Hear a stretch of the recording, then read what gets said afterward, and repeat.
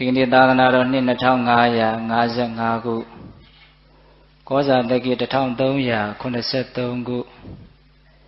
တော်သလင်းလဇန်6ရက်နေ့ညရန်ကုန်တိုင်းမရန်ကုန်မြို့နယ်တရားလေးလမ်းဝသာသနာရေးဝန်ကြီးဌာနနေဆက်နဲ့တောင်တန်းဒေသသာသနာပြုသင်တန်းကျောင်းစဘူတိရိဗိမာန်တော်မှာကျင်းပပြုလုပ်ကြတဲ့ဓမ္မသဘင်၌အလုံးဓမ္မဒါနအလှရှင်များဖြစ်ကြတဲ့နှစ်ဖက်မိဘများအားဥထိပ်ပန်ဆင်၍ဥက္ကမောင်စောဒေါ်လှိုင်းတန်တာဟံသမီးမယရနာဦးတာမောင်စိုးမင်းဟိမိသားစုဥအောင်မင်းစိန်ဒေါ်တင်တင်ကြီးမိသားစုဥတင်ရှိန်ဒေါ်ခင်ထားကြီးမိသားစုကိုဇော်မျိုးလွင်မအေးအေးမြိုင်မိသားစုကွယ်လွန်သူတက္ကကြီးဥတင်ရှိန်အားရည်စူး၍ကြံရည်သူမိသားစုဥယေခေဒေါ်လူလူလွင်သမီးမတ်ကျဲပွင့်ဖြူမိသားစုရွှေအိမ်စီမိသားစုဥအောင်ချိုဝင်းဒေါ်မြတ်မြတ်မိုးမိသားစုဒီမိသားစုတို့ရဲ့ဓမ္မဒါနကောင်းမှုကိုအကြောင်းပြုပြီးတော့ဒီကနေ့ညဘေးသက်ပေါင်းသူတော်ကောင်းတို့မြတ်စွာဘုရားရဲ့တရားဒေသနာတော်များကိုနာယူကြည်ညိုခွင့်ရကြတယ်။ဦးဇင်းတို့လည်းပဲမြတ်စွာဘုရားရဲ့တရားဒေသနာတော်များကိုဟောကြားခွင့်ရပါတယ်။ဦးဇင်းတို့တရားမဟုတ်ခင်မှာပြောချင်တာကစာအုပ်တွေနဲ့လိုက်ရည်ကြမယ်တရားကြီးတရားမကြီးများကိုအကြံပေးခြင်းနဲ့နော်။ဦးဇင်းပြောနေတဲ့အချိန်မှာအလိုလိုက်ရည်တော့လေတချို့စကားလုံးတွေနားမထောင်လိုက်ရဘဲနဲ့လွတ်သွားမှဆုံးလို့ခွေတွေရှိနေတာပဲပြီးတော့အေးအေးဆေးဆေးမှတ်လို့ရတယ်ဟုတ်လား။ဒါဦးဇင်းကအကြံပေးတာပါနော်အဲ့တော့ဦးဇင်းတို့ဒီကနေ့ညပိဿပေါင်းသူတော်ကောင်းတို့ကိုဗာတရားဟောပါလေဆိုလို့ရှိရင်ပါရမီ10ပါးတရားတော်လို့အဲ့ဒါလို့ဦးဇင်းတို့ခေါင်းစည်းတက်ပြီးတော့9ညဟောရမှာဆိုတော့တညကိုပါရမီ2ပါးဟုတ်လားပါရမီ10ပါးဆိုတော့တရားကရိုးလိုက်တာပါနဲ့ပတ်သက်ပြီးတော့တို့ကြားဖို့နေတာပဲလို့အဲ့ဒါလို့စိတ်ထဲတွေးမှလဲစိုးရတယ်ဟုတ်လားပါရမီဆိုတာမြင့်မြတ်သူတို့ရဲ့အလုံးလို့ပိဿပေါင်းသူတော်ကောင်းတို့အလုံးသဘောပေါက်ကြတယ်နော်အဲ့ဒီပါရမီ7ပါးကိုတညလျင်ပါရမီ2ပါးနှုံးဖြင့်ဘုရားတို့ဘုရားရှင်ကိုတော်မြတ်ကြီးဘုဒ္ဓဝင်ပါဠိတော်မှာဟောကြားတော်မူခဲ့တဲ့တရားဂါထာတွေကိုအခြေခံမယ်ပြီးတော့ဦးဇင်းတို့မင်းကွန်းစတော်ဘုရားကြီးရေးသားတော်မူခဲ့တဲ့မဟာဗုဒ္ဓဝင်ကျမ်းတွေကပါရမီတော်ကံကိုဖွင့်ထားတဲ့မင်းကွန်းစတော်ဘုရားကြီးရဲ့အဆုံးအမ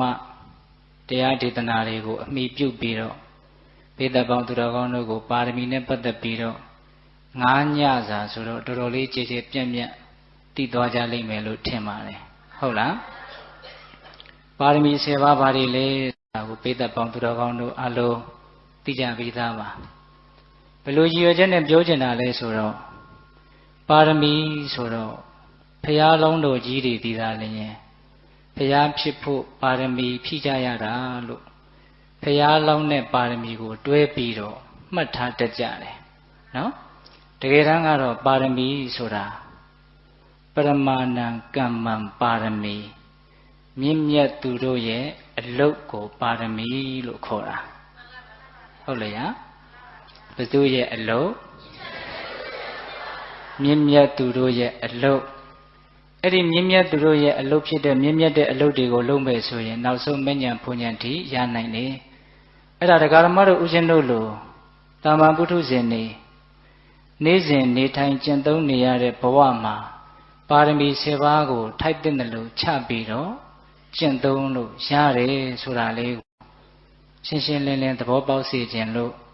ပါရမီ10ပါးတရားတော်တဲ့ဒီကနေ့ညတော့ဦးဇင်းတို့ဒါနပါရမီရဲ့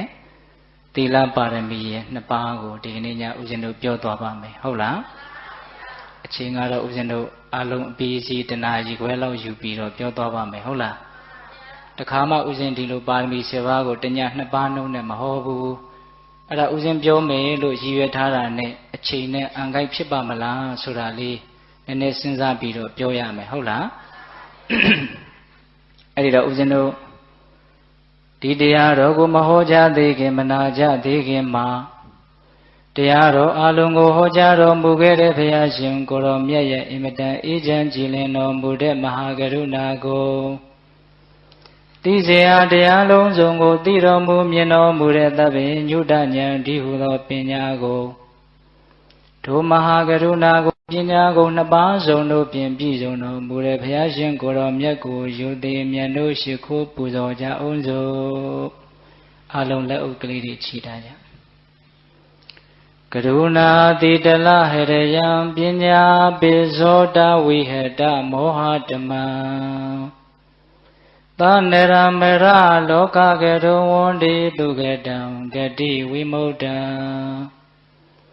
ကရုဏာတိတလဟရယံမဟာကရုဏာတော်ဖြင့်အေးမြသောစိတ်နှလုံးလေးရှိတော်မူပါဘိထသောပညာပိဇောတဝိဟတမောဟတမံအရဟတမေတိဟုသောအရာဝလင်းဖြင့်အဝိဇ္ဇာတိဟုသောမိုက်မောင်ကိုဖယ်ခွာတော်မူပြီးထသောသနရမရလောကကရောလူနတ်မြမတတဝအနန္တတို့ဤကြောက်ထီတန်တုဧကရုပြုရာတဆူရီသောဆရာသခင်လည်းဖြစ်တော်မူပါဘိထသောဂတိဝိမု ṭ ံဒေဝမနုဿာနိရယနှင့်ပေတတလိဆံလာရရှိငါတန်သောဂတိတို့မှလီအထူးသဖြင့်ကင်းလွတ်တော်မူပြီးထသောသူကတံတတဝါတို့အားအကျိုးများကြောင့်ဟုတ်မှန်သောစကားကောင်းကိုသာမြတ်ဆိုတော်မူပါပြီးထသောဗုဒ္ဓံသစ္စာလေးရတရားမြတ်ကိုလက်ပေါ်တင်တာဗရမ ्या ကဲ့သို့ပြတ်သားထင်ထင်သိမြင်ပေတတ်ဘုရားရှင်ကိုယ်တော်မြတ်ကြီးကိုမေယံတရားဟောပုဂ္ဂိုလ်တရားနာပုဂ္ဂိုလ်ခေါ်ဆိုပညတ်ပရမတ်မမှုယုံနံနှဖျားဖြစ်ကြပါသောဘုရားတပည့်တော်တို့သည်ဝနေဝနာမှာကာယဝစီမနောချီ၍သုံးလီဒွါရပနာမဖြင့်ဒုက္ခယုကျိုးလက်ဆုံမိုးကရှိခိုးဥညွတ်ပါ၏မြတ်စွာဘုရား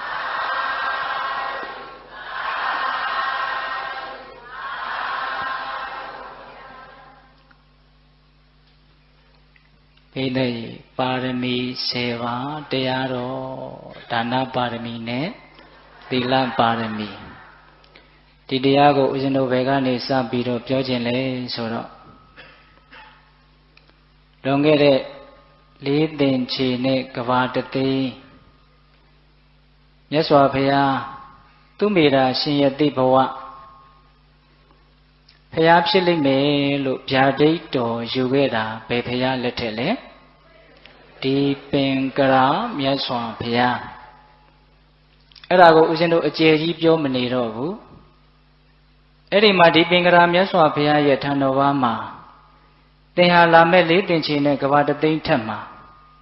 ဂေါရမအမိရတဲ့ဘုရားတဆူဖြစ်လိမ့်မယ်လို့ဧကန္တမှန်မဲ့ဗျာဒိတ်စကားကိုဒီပင်ကရာမြတ်စွာဘုရားမိန့်ကြားတော်မူတော့သင်ဟာဘုရားဖြစ်အောင်ဘယ်လိုလုပ်ရမယ်လို့တခွန်းမှအဲ့ဒီပင်ကရာမြတ်စွာဘုရားကပြောမသွားဘူးနော်ပြောမသွားဘူးအဲ့ဒီမှာအလုံးသောနတ်တွေလူတွေကပူဇော်ထားကြတဲ့ပန်းပုံကြီးရှိတယ်မြတ်စွာဘုရားကဗျာဒိတ်ပေးပြီးတော့ပြန်ကြွသွား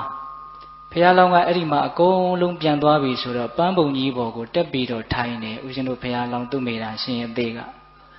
ဗျာဒိတ်ရပြီးပြီနော်အဲ့ဒီမှာနတ်ပြမာတွေအများကြီးရှိတယ်အဲ့ဒီပတ်ဝန်းကျင်မှာ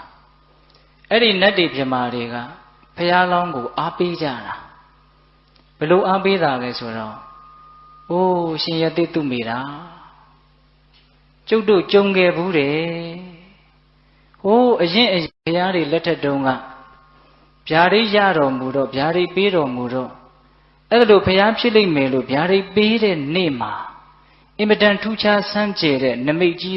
32ပါးအဲ့ဒီနမိတ်ကြီး32ပါးဟာဒီနေ့လည်းပဲတွေ့နေရတယ်တဲ့ဒါကြောင့်သင်ဟာဘုရားစင်စစ်ဧကံဖြစ်လိမ့်မယ်အဲ့ဒီနတ်တွေပြမာတွေက သူတို့မှာအတွေ့အကြုံရှိတာဟုတ်ပြမကြီးတွေကအသက်ရှည်တာဆိုတော့လေအဲ့ဒီတုန်းကလည်းပဲနမိတ်ကြီး32ပါးမြင်ရတယ်ဒီနေ့လည်းမြင်ရတယ်အဲ့ဒီနမိတ်32ပါးကိုဦးဇင်းတို့အကုန်ပြောလို့အချိန်မရဘူးလေအဲ့ဒီထဲမှာအင်မတန်ထူးဆန်းပါတယ်ရေပန်းကုန်းပန်းနေရေထဲမှာပေါက်တဲ့အပင်တွေကုန်းပေါ်မှာပေါက်တဲ့အပင်တွေပန်းတွေအကုန်ပွင့်တယ်လို့ဆိုတယ်မြေကြီးတွေကနေရေတွေပန်းထွက်တယ်လို့ဆိုတယ်နော်မတီးပဲနဲ့တူရိယာတွေဟာအလိုလိုမြည်တယ်လို့ဆိုတယ်နတ်ပြည်ကိုလှမ်းပြီးတော့မြင်ရတယ်လို့ဆိုတယ်ငရဲကိုလည်းလှမ်းပြီးတော့မြင်ရတယ်လို့ဆိုတယ်အဲ့ဒီမှာဦးဇင်းစိတ်ဝင်စားတာလေးကဘာလဲဆိုတော့အဲ့ဒီဗျာဒိတ်ရတဲ့နေ့မှာလူတွေရဲ့တန်တန်မှာရောင်ရဲတင်းတိမ်တဲ့တရားထင်ရှားရှိတယ်တဲ့ဒီပြင်အချိန်တွေမှာကိုယ်အာယုန်နဲ့ကိုမရောင်ရဲနိုင်ကြဘူးလူသားတွေဟာဒါပေမဲ့အဲ့ဒီဗျာဒိတ်ယူတဲ့နေ့မှာတော့လူတွေရဲ့စိတ်ထဲမှာဘာဖြစ်နေတော့ရောင်ရဲတဲ့စိတ်တန်တုဋ္ဌိတရားကျဉ်းပြီးတော့နေတာအဲ့ဒါကိုနတ်တွေကသူတို့တကိုးနဲ့လူတွေရဲ့စိတ်ကိုသိတာဟုတ်လားနောက်တစ်ခုဦးဇင်းတို့အံ့ဩစရာကောင်းတာကဒီပြင်နေဆိုရင်လူတွေဟာຢာကဒေါသမောဟတွေနဲ့အင်မတန်တောင်းကျမ်းပြီးတော့နေတာတဲ့အဲ့ဒီနေ့မှာတော့ຢာကဒေါသမောဟဆိုတဲ့မကောင်းတဲ့တရားတွေကင်းရှင်းပြီးတော့လူတွေရဲ့စိတ်မှာတန့်ရှင်းကြည်လင်ပြီးတော့နေတာတဲ့အံ့ဩစရာမကောင်းဘူးလားတစ်ချိန်ချိန်မှာဖျားဖြစ်မဲ့ပုဂ္ဂိုလ်တယောက်ကိုသင်ဖျားဖြစ်လိမ့်မယ်လို့ဏိဒံပြုခြင်းကလေးကစိတ်ဝင်စားစရာကောင်းတယ်နော်အေးအဲ့ဒီတော့ဦးဇင်းတို့တရားတော်မတို့ဒီပြင်နေ့တွေမှာလောဘဒေါသတွေဘလောက်ပဲကြီးကြီးအဲ့ဒီဗျာဒိတ်ရတဲ့နေ့မှာတော့လောဘဒေါသတတ္တဝါတွေရဲ့တန်တန်မှာကင်းနေတဲ့ဟုတ်ရဲ့လားအဲ့ဒါကိုနတ်တွေကမြမာတွေကတက်တည်ထားပြီးတော့အာမလျှော့လိုက်ပါနဲ့ကြိုးစားပါအာထုတ်ပါသင်ဟာတေချာပေါက်ဖျားဖြစ်လိမ့်မယ်လို့နတ်တွေမြမာတွေကလာပြီးတော့အားပေးတာအဲ့ဒီလိုအားပေးတော့ဘုရားတော်ကလည်းအားတွေဖြစ်ပြီးတော့နောင်လာမဲ့လေးသင်္ချင်တဲ့ကဘာတသိန်းမှာဖြစ်မဲ့ဘုရားကိုအခုပဲလက်ပေါ်မှာရောက်နေတဲ့ပစ္စည်းတစ်ခုလို့အခုပဲဘုရားဖြစ်တော့မှာလို့သူ့ရဲ့စိတ်ထဲမှာအဲ့ဒါလို့ထင်ပြီးတော့နော်အဲ့ဒီမှာနတ်တွေမြမာတွေရဲ့ကြားထဲမှာပဲဘုရားလောင်းကဟုတ်ပြီဘုရားတွေပြောတဲ့စကားဆိုတာမှားယွထုံးစံမရှိကောင်းငင်ကိုပြစ်လိုက်တဲ့ခဲဟာတေချာပေါက်မြေကြီးပေါ်ကိုပြန်ကျသလိုမျိုးထွက်လာတဲ့နေဟာဝင်ရသလိုမျိုးတေချာပေါက်ဧကန္တမှန်တဲ့စကားကိုဗျာဒိတ်လို့ဒီလိုခေါ်တာဟုတ်လားအဲ့ဒါကြောင့်ငါဟာတေချာပေါက်ဘုရားဖြစ်မှာပဲလို့အဲ့ဒီမှာသူ့မိသားရှင်ရင်တေကပန်းပုံကြီးပေါ်မှာထိုင်ရင်းနဲ့ငါဖျားဖြစ်မှာတော့ဟုတ်ပါပြီဖျားဖြစ်အောင်ငါဘယ်လိုကျင့်ရပါမတုံးလို့စဉ်းစားတယ်တဲ့အဲ့ဒါကိုဦးဇင်းတို့စာထဲမှာတော့ပါရမီပဝိစေယဉာဏ်အင်မတန်ထက်သန်တဲ့ဉာဏ်အင်မတန်ဆူရှတဲ့ဉာဏ်ဘယ်သူကမှသင်ပေးတာမဟုတ်ဘူးနော်သင်ဟာဖျားဖြစ်ချင်လို့ရှိရင်ဒီလိုလှုပ်လို့ဘယ်သူကမှလည်းနီးမပေးဘူးအဲ့ဒီမှာဘုရားလောင်းကြီးကဖျားဖြစ်ချင်တယ်ဆိုရင်ဟောဒီတဘာဝဓာတ်တွေထဲမှာပဲဖျားဖြစ်စေတဲ့တရားကိုရှာမှဖြစ်မယ်လို့အဲ့ဒါလို့စဉ်းစားရင်းနဲ့သူ့ရဲ့ဉာဏ်ထဲမှာပထမဦးစွာဒါနပါရမီဆိုတာကိုတွေ့တယ်တဲ့ဣတယေပါရမီဆိုတဲ့စကားလုံးလေးကိုစောစောကအကျဉ်းပြရှင်းခဲ့တယ်နော်ပရမာဏံကမ္မံပါရမီပရမာဏံမြင့်မြတ်သူတို့ရဲ့ကမ္မအလုပ်ဆိုတာပါရမီမြင့်မြတ်သူတို့ရဲ့အလုပ်ပါရမီပါရမီဆိုတာမြင့်မြတ်သူတို့ရဲ့အလုပ်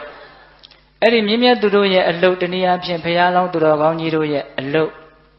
အဲ့ဒါပထမဦးစွာဒါနပါရမီတဲ့အဲ့ဒါကိုတွေ့တယ်အဲ့ဒါကိုမြတ်စွာဘုရားကဘယ်လိုဟောသလဲဆိုတော့ရှင်သာရိပုတ္တရာကိုပြန်ဟောတဲ့ဗုဒ္ဓဝင်ပါဠိတော်ရှိတယ်လေတက္ကကြီးများ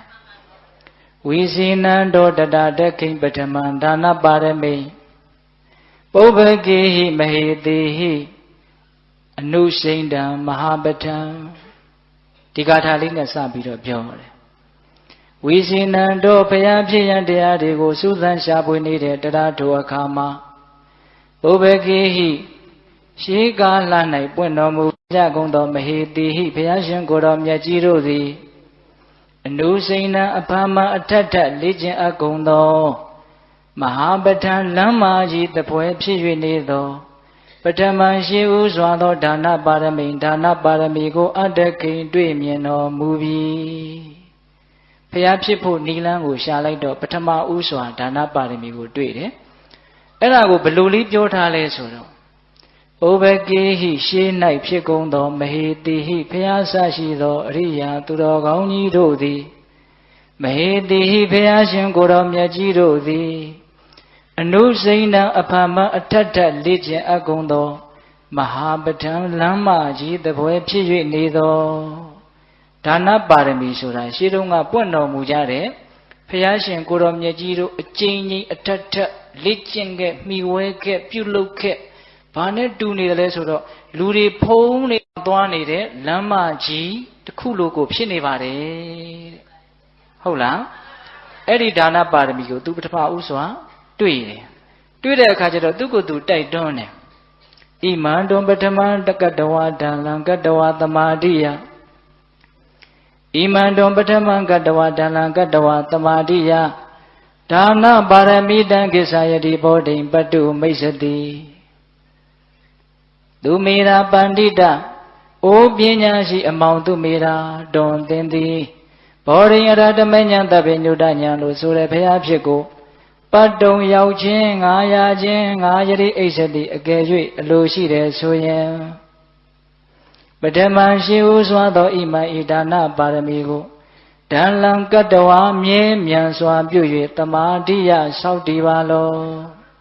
ဒါနပါရမီကိုကိစ္စပရိပူရေဟိဖြည့်စည်းပါလောအိုပညာရှိတဲ့အမောင်သူမေရာသင်ဟာတကယ်လို့ဘုရားအဖြစ်ကိုအလိုရှိတယ်ဆိုရင်ရှေးတုန်းကဘုရားရှင်ကိုယ်တော်မြတ်ကြီးတွေလမ်းမကြီးတပွဲဖြစ်လို့ဖုံနေအောင်လျှောက်ထားတဲ့ဒါနပါရမီလို့ဆိုရတဲ့ပထမပါရမီကိုဒံလံကတ္တဝါမြဲမြံစွာပြု၍မြဲမြဲမြံမြံစွန့်စွန့်စားစားဒါနပါရမီကိုသင်ကြိုးစားပါလို့သူ့ကိုယ်သူအားပေးတယ်ဆုံးမအဲ့ဒီမှာဆက်ပြီးတော့မြတ်စွာဘုရားဘယ်လိုဟောသလဲတနည်းအားဖြင့်သူမေရာရှင်ရဲ့သိဘယ်လိုစဉ်းစားသလဲနော်ဘယ်လိုစဉ်းစားလဲဆိုတော့ဥပမာလေးနဲ့စဉ်းစားတယ်ဒါနပါရမီကို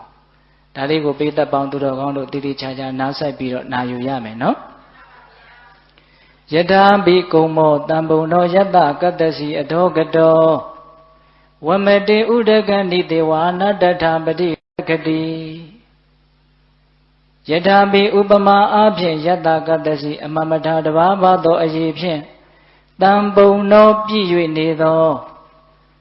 အဒေါကတောအောက်သို့မျက်နှာဝါလှည့်၍ထားအပ်သောကုံဘောဥသည်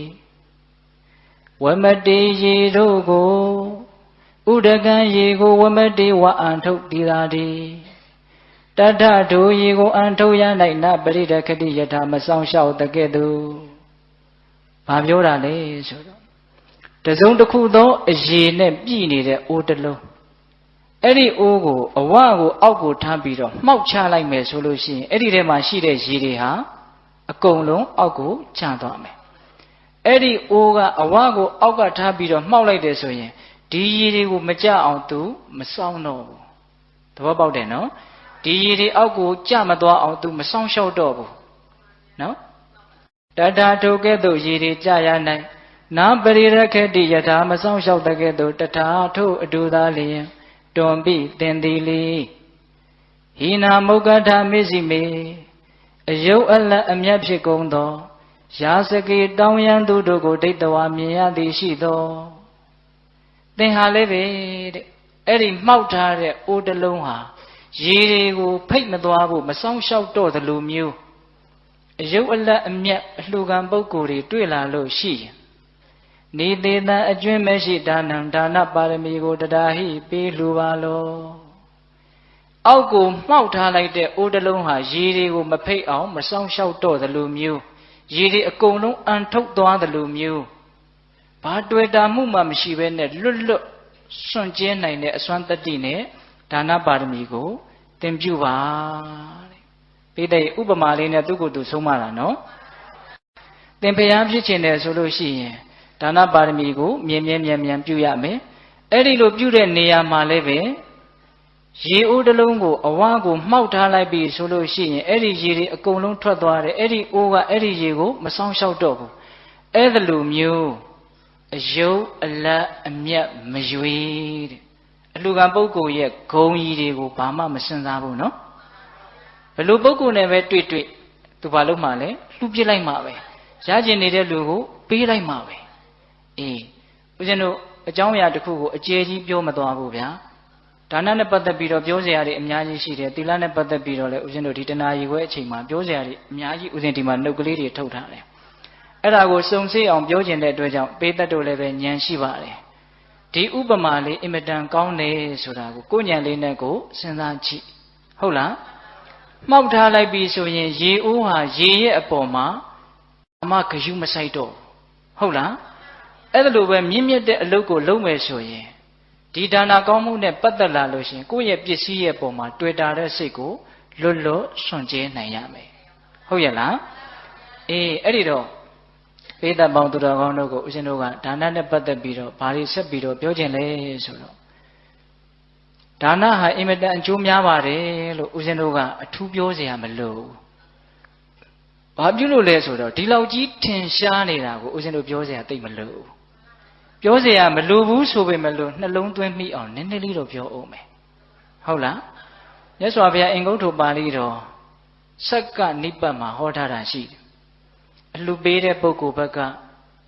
မလှခင်မှာလှစဲမှာလှပြီးမှာစေတနာသုံးတန်ထက်တန်မယ်ဆိုရင်အလှခံတဲ့ပုဂ္ဂိုလ်ရဲ့ဘက်ကယာကဒေါသမောဟကင်းတဲ့ယဟန္တာတော်လည်းဖြစ်မယ်သို့မဟုတ်ယာကဒေါသမောဟကင်းအောင်ကျင့်နေတဲ့သူတော်ကောင်းတော်လည်းဖြစ်မယ်ဆိုတဲ့အင်္ဂါ၃ချက်ပြည့်စုံမယ်ဆိုရင်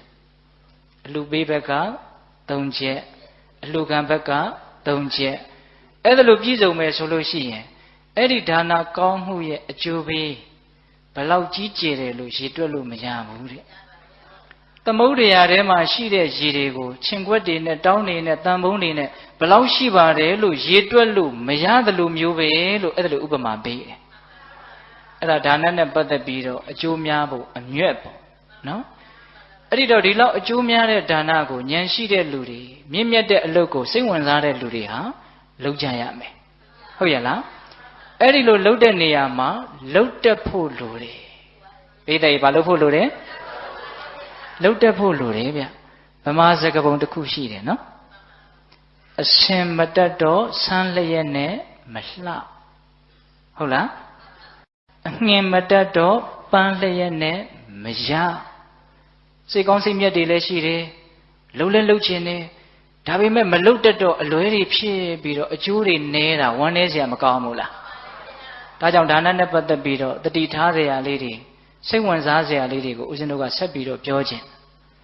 အဲ့တော့ဒါနနဲ့ပတ်သက်ပြီးတော့ဦးဇင်းတို့မဟာဗုဒ္ဓဝင်ကျမ်းကိုပြုစုတော်မူတဲ့မင်းကုန်းဆရာဘုရားကြီးအကျယ်ကြီးရေးထားတယ်စာမျက်နှာ100နီးပါးလောက်ရှိအဲ့ဒီတဲကနေပေးသက်ပေါင်းသူတော်ကောင်းတို့နဲ့ဒီအချိန်လေးတွင်မှာတင့်တော်တယ်လို့လေဦးဇင်းကပြောသွားခြင်းဒါနဟာတဲ့အစ္စတိကဒါနဘာဟိရဒါနလို့2မျိုးရှိတယ်တဲ့နော်အစ္စတိကဒါနဆိုတာဒီခန္ဓာကိုယ်ရဲ့ကအသွေးတွေအသားတွေအင်္ဂါအစိတ်ပိုင်းတွေကိုထုတ်ပြီးတော့လှူတာဘာဟိရဒါနဆိုတာကပြင်ဘက်ကကိုပိုင်ဆိုင်တဲ့ပစ္စည်းတွေကိုယ့်ရဲ့ဆွေမျိုးတွေအတိုင်းဝိုင်းတွေပေါ့နော်ပြင်ဘက်ကအရာတွေကိုလှူတာအဲ့ဒီမှာဘာဟိရဒါနတဲ့အစ္စတိကဒါနကမြတ်တယ်ဟုတ်လားဦးဇင်းတို့ဝေတ္တန်ရမင်းသားလေးငယ်ငယ်လေးတွေကစပြီးတော့လှူခြင်းတယ်ကလေးလေးတွေကစသူ့ခမဲတော်ကဆွဲပေးတဲ့ဆွဲပြားလေးကိုချွတ်ပြီးတော့အထင်းတော်ကိုပြီးပြစ်တာနော်ဟုတ်လားအဲ့တော့ तू နည်းနည်းလေးကြီးလာတော့ तू ကဘယ်လိုစဉ်းစားတော့ဆိုတော့ပြင်ဘက်ကအရာတွေပေးရတာအားမရပါဘူးတကယ်လို့မြန်တစုံတစ်ယောက်ကငါရဲ့ခေါင်းကိုရကျင်တယ်လို့ပြောရင်ငါဖြတ်ပြီးတော့ပေးလိုက်မှာပဲအဲ့လိုစဉ်းစားနေတယ်အော်ဖို့ကောင်းတယ်နော်တစုံတစ်ယောက်ကငါရဲ့နှလုံးသားကိုလိုချင်တယ်ဆိုရင်ထုတ်ပြီးတော့ငါပေးမှာပဲတစုံတစ်ယောက်ကမင်းငါအိမ်ကိုကျွန်ခံဖို့လိုက်ခဲ့လို့ခေါ်ရင်ငါလိုက်သွားမှာပဲအဲ့လိုစဉ်းစားနေတယ်အဲ့ဒီလိုလဲစဉ်းစားလိုက်တော့မြေကြီးကလှုပ်တယ်တဲ့အစ္စတိကဒါနပြုမယ်လို့စဉ်းစားတဲ့ဓာန်ကိုမြေကြီးမခံနိုင်ဘူးဒါလေးကိုပြောချင်တာနော်အစ္စတိကဒါနသည်ဘာဟိတဒါနတဲ့ဒီလောက်နဲ့တော်ရအောင်နော်နောက်ထပ်ဒါနတစ်မျိုးအဲ့ဒါဘာလဲဆိုတော့အာမိတဒါနရဲ့ဓမ္မဒါနရဲ့အာမိတဆိုတာပစ္စည်းဥစ္စာအသုံးအဆောင်တွေကိုအာမိတအဲ့ဒါတွေကိုလှူတာအာမိတဒါနပေါ့နော် ဓမ္မဒါနဆိုတာကတရားအသိဉာဏ်ရဖို့လှူတာအာမိတဒါနထက်ဓမ္မဒါနသည်အစာပေါင်းများစွာမြတ်တယ်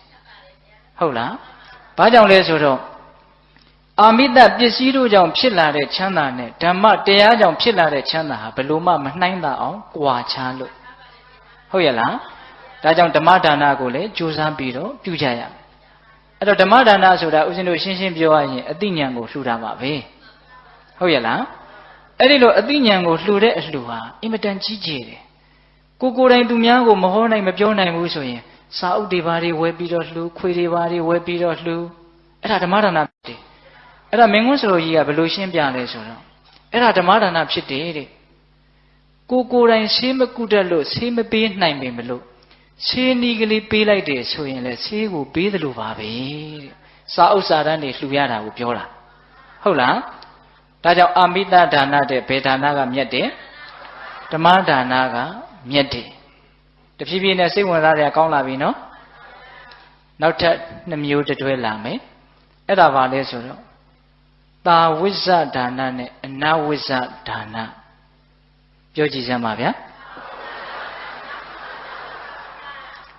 တာဝိဇ္ဇဒါနဆိုတာကအကုသိုလ်တွေခြံရံပြီးတော့အပြစ်နဲ့တကွဖြစ်တဲ့အလှူအနဝိဇ္ဇဒါနဆိုတာကအကုသိုလ်မခြံရံဘဲနဲ့အပြစ်ကင်းတဲ့အလှူအပြစ်ရှိတဲ့အလှူဆိုတော့ပေးတတ်တော့ကသဘောပေါက်ပါပြီငါအလှူမှာဝက်ကဘလောက်ကြက်ကဘလောက်ဆိုရင်အဲ့ဒါပါလေအပြစ်ရှိတဲ့အလှူနော်ဟာငါလှူနိုင်တယ်အဲ့ဒီလူသိမ့်မလှူနိုင်ဘူးလို့မာနတွေနဲ့လောဘတွေနဲ့ခြံရံနေရင်အဲ့ဒါဘာဖြစ်တယ်အပြစ်ရှိတယ်နော်အပြစ်တွေအကုသိုလ်တွေနဲ့ခြံရံထားတဲ့အလှူအဲ့ဒီအလှူတဲ့အပြစ်ကင်းတဲ့အကုသိုလ်မခြံရံမဲနဲ့လှူတဲ့အလှူကပို့ပြီးတော့မြတ်တယ်အဲ့ဒီနေရာမှာပေးတတ်တို့ကိုတတိပေးတရားလေးတစ်ခုနားလေတရားကောင်းတာလေးတစ်ခုဦးဇင်းတို့ပြောချင်တာကဘာလဲဆိုတော့မင်းကွန်းစတော်ကြီးရဲ့ကျေးဇူးပေါ့တာဝိဇ္ဇဒါနကုသိုလ်ရှင်တွေတနည်းအားဖြင့်ဒါနပြုတဲ့နေရာမှာအကုသိုလ်တွေအများကြီးဖြစ်အောင်လုပ်ပြီးတော့ဒါနပြုတဲ့လူတွေဟာတဲ့ဖြစ်လျာဘဝပစ္စည်းတော့ပေါ်တယ်ဒါပေမဲ့အဲ့ဒီပစ္စည်းကဘယ်လိုပေါ်တာလဲဆိုတော့အကုသိုလ်လုပ်ငန်းထဲမှာပစ္စည်းပေါ်တတ်တယ်တဲ့လှုပ်တုံးကအကုသိုလ်တွေခြံရံပြီးတော့လှုပ်တဲ့အတွက်ကြောင့်သူလူဖြစ်လာပြီဆိုရင်ကောင်းတာလုပ်ရင်သူအကျိုးမပေးဘူးစိတ်ဝင်စားစရာကောင်းတယ်နော်ကံတွေကမကောင်းတာလုပ်ရင်သူအင်မတန်အကျိုးပေးတယ်ဘာလို့သူ့မှာအင်မတန်အောင်မြင်တယ်အဲ့ဒီလိုမကောင်းတဲ့လုပ်ငန်းတွေနဲ့အောင်မြင်တယ်အကြီးပွားတယ်ဆိုတဲ့လူတွေဟာအရင်ဘဝတုန်းကတာဝိဇ္ဇဒါနကုသိုလ်ရှင်နေလို့ခံမှန်းလို့ရတယ်အဲ့တော့ဒီဘဝအကျိုးပေးနေတာဆိုတော့ကိုကမပြစ်နိုင်ဘူးဒီလုပ်ငန်းကြီးမကောင်းမှလည်းသိတယ်ဒါပေမဲ့အကျိုးပေးနေတာဆိုတော့မပြစ်နိုင်ဘူးကြားလေးနှစ်သွားတဲ့သဘောကြောက်စရာမကောင်းဘူးလားကြောက်စရာကောင်းတယ်နော်ဒါကြောင့်တာဝိဇ္ဇဒါနတဲ့အနဝိဇ္ဇဒါနကမြတ်တယ်ဟုတ်ရဲ့လားအေးနောက်ထပ်တွဲထပ်ပြောမယ်အဲ့ဒါကဘာလဲဆိုတော့ပုဂ္ဂလိကဒါနတဲ့တန်ခိကဒါနကမြတ်တယ်တဲ့ဘိသက်တို့စိတ်ကိုဝင်စားလားမသိဘူးပုဂ္ဂလိကဒါနတဲ့တန်ခိကဒါနကမြတ်တယ်တဲ့အသေးစိတ်ရှင်းစရာမလိုဘူးဒီလူတွေဉာဏ်ရှိပြီးသားပုဂ္ဂလိကဒါနဆိုတာကပုဂ္ဂိုလ်ကိုရည်ရွယ်ပြီးတော့ပုဂ္ဂိုလ်ဇွဲနဲ့လှူတာဒီဘုန်းကြီးကိုကြည်ညိုတယ်ဒီလူကိုမေတ္တာရှိတယ်ဒါကြောင့်ဒီလူကိုဒီဘုန်းကြီးကိုပေးမယ်အဲ့ဒါပါလေပုဂ္ဂလိကဒါနတန်ခိကဒါနဆိုတာကပုဂ္ဂိုလ်ကိုမစွဲဘူးတသာသနာလုံးမှာရှိတဲ့တန်ဃာတွေရဲ့ဂုဏ်အရိယာတန်ဃာရဲ့ဂုဏ်ကိုအာယုံပြုပြီးတော့တန်ဃာဂုဏ်ကိုရည်မှန်းပြီးတော့လှူလိုက်တာအဲ့ဒါကတန်ခိကဒါနအဲ့ဒီမှာတန်ခိကဒါနသည်ပုဂ္ဂလိကဒါနတဲ့အစာပေါင်းများစွာမြတ်တယ်။ကုံရတာချင်းအတူတူနော်အဲ့ဒါကိုစတော်ကြီးကဘယ်လိုရှင်းပြလဲဆိုတော့လှူတဲ့လူမှလည်းပဲငါလှူထားတာကောင်းကောင်းမှသုံးတာဟုတ်ရဲ့လားလို့အဲ့ဒါလို့နောက်ပိုင်းရှုပ်เสียမလို့အလှူခံတဲ့ပုဂ္ဂိုလ်မှလည်းပဲငါ့ကိုဘယ်သူကလှူထားတာလို့ तू စဉ်းစားရမလို့ဘူးအလှူရှင်ကိုအားနာရမလို့ဘူးတန်ခိကဒါနကြတော့သူကတန်ဃာကိုလှူထားတဲ့ပစ္စည်းသူလည်းပိုင်တယ်ဆိုပြီးတော့သုံးတာရဲရဲတင်းတင်းတန်ရောစင်တယ်ပုဂ္ဂလိကဒါနကြတော့အလှူရှင်ကလည်းပဲအလှူခံပေါ်ကိုတန်ရောစင်မပြတ်ဘူးအလှူခံကလည်းဩသူတို့ကလှူထားရတာဆိုသူတို့မျက်နှာချိနေရတယ်တန်ရောစင်တွေအမြင်တန်းတယ်နော် တန်ခိကဒါနကြတော့အဲ့ဒါမျိုးမရှိဘူးဒါကြောင့်တန်ခိကဒါနသည်ပုဂ္ဂလိကဒါနတဲ့အများကြီးမြတ်တယ်ကြိုးစားပြီးတော့လုံနိုင်ဖို့လိုတယ်ခုဦးဇင်းတို့တရားဓမ္မတို့သာသနာတွင်မှာဆိုတော့တန်ဃာတွေနဲ့မကင်းနိုင်ဘူးလှူရင်တော့တန်ဃာတွေပဲများများလှူကြတာပဲလေအဲ့ဒီလိုလှူတဲ့နေရာမှာတန်ခိကဒါနဖြစ်အောင်လှူတတ်ဖို့အရေးကြီးတယ်အဲ့ဒါကိုမင်းကွန်းစတော်ကြီးကဘယ်လိုညွှန်ပြလဲဆိုတော့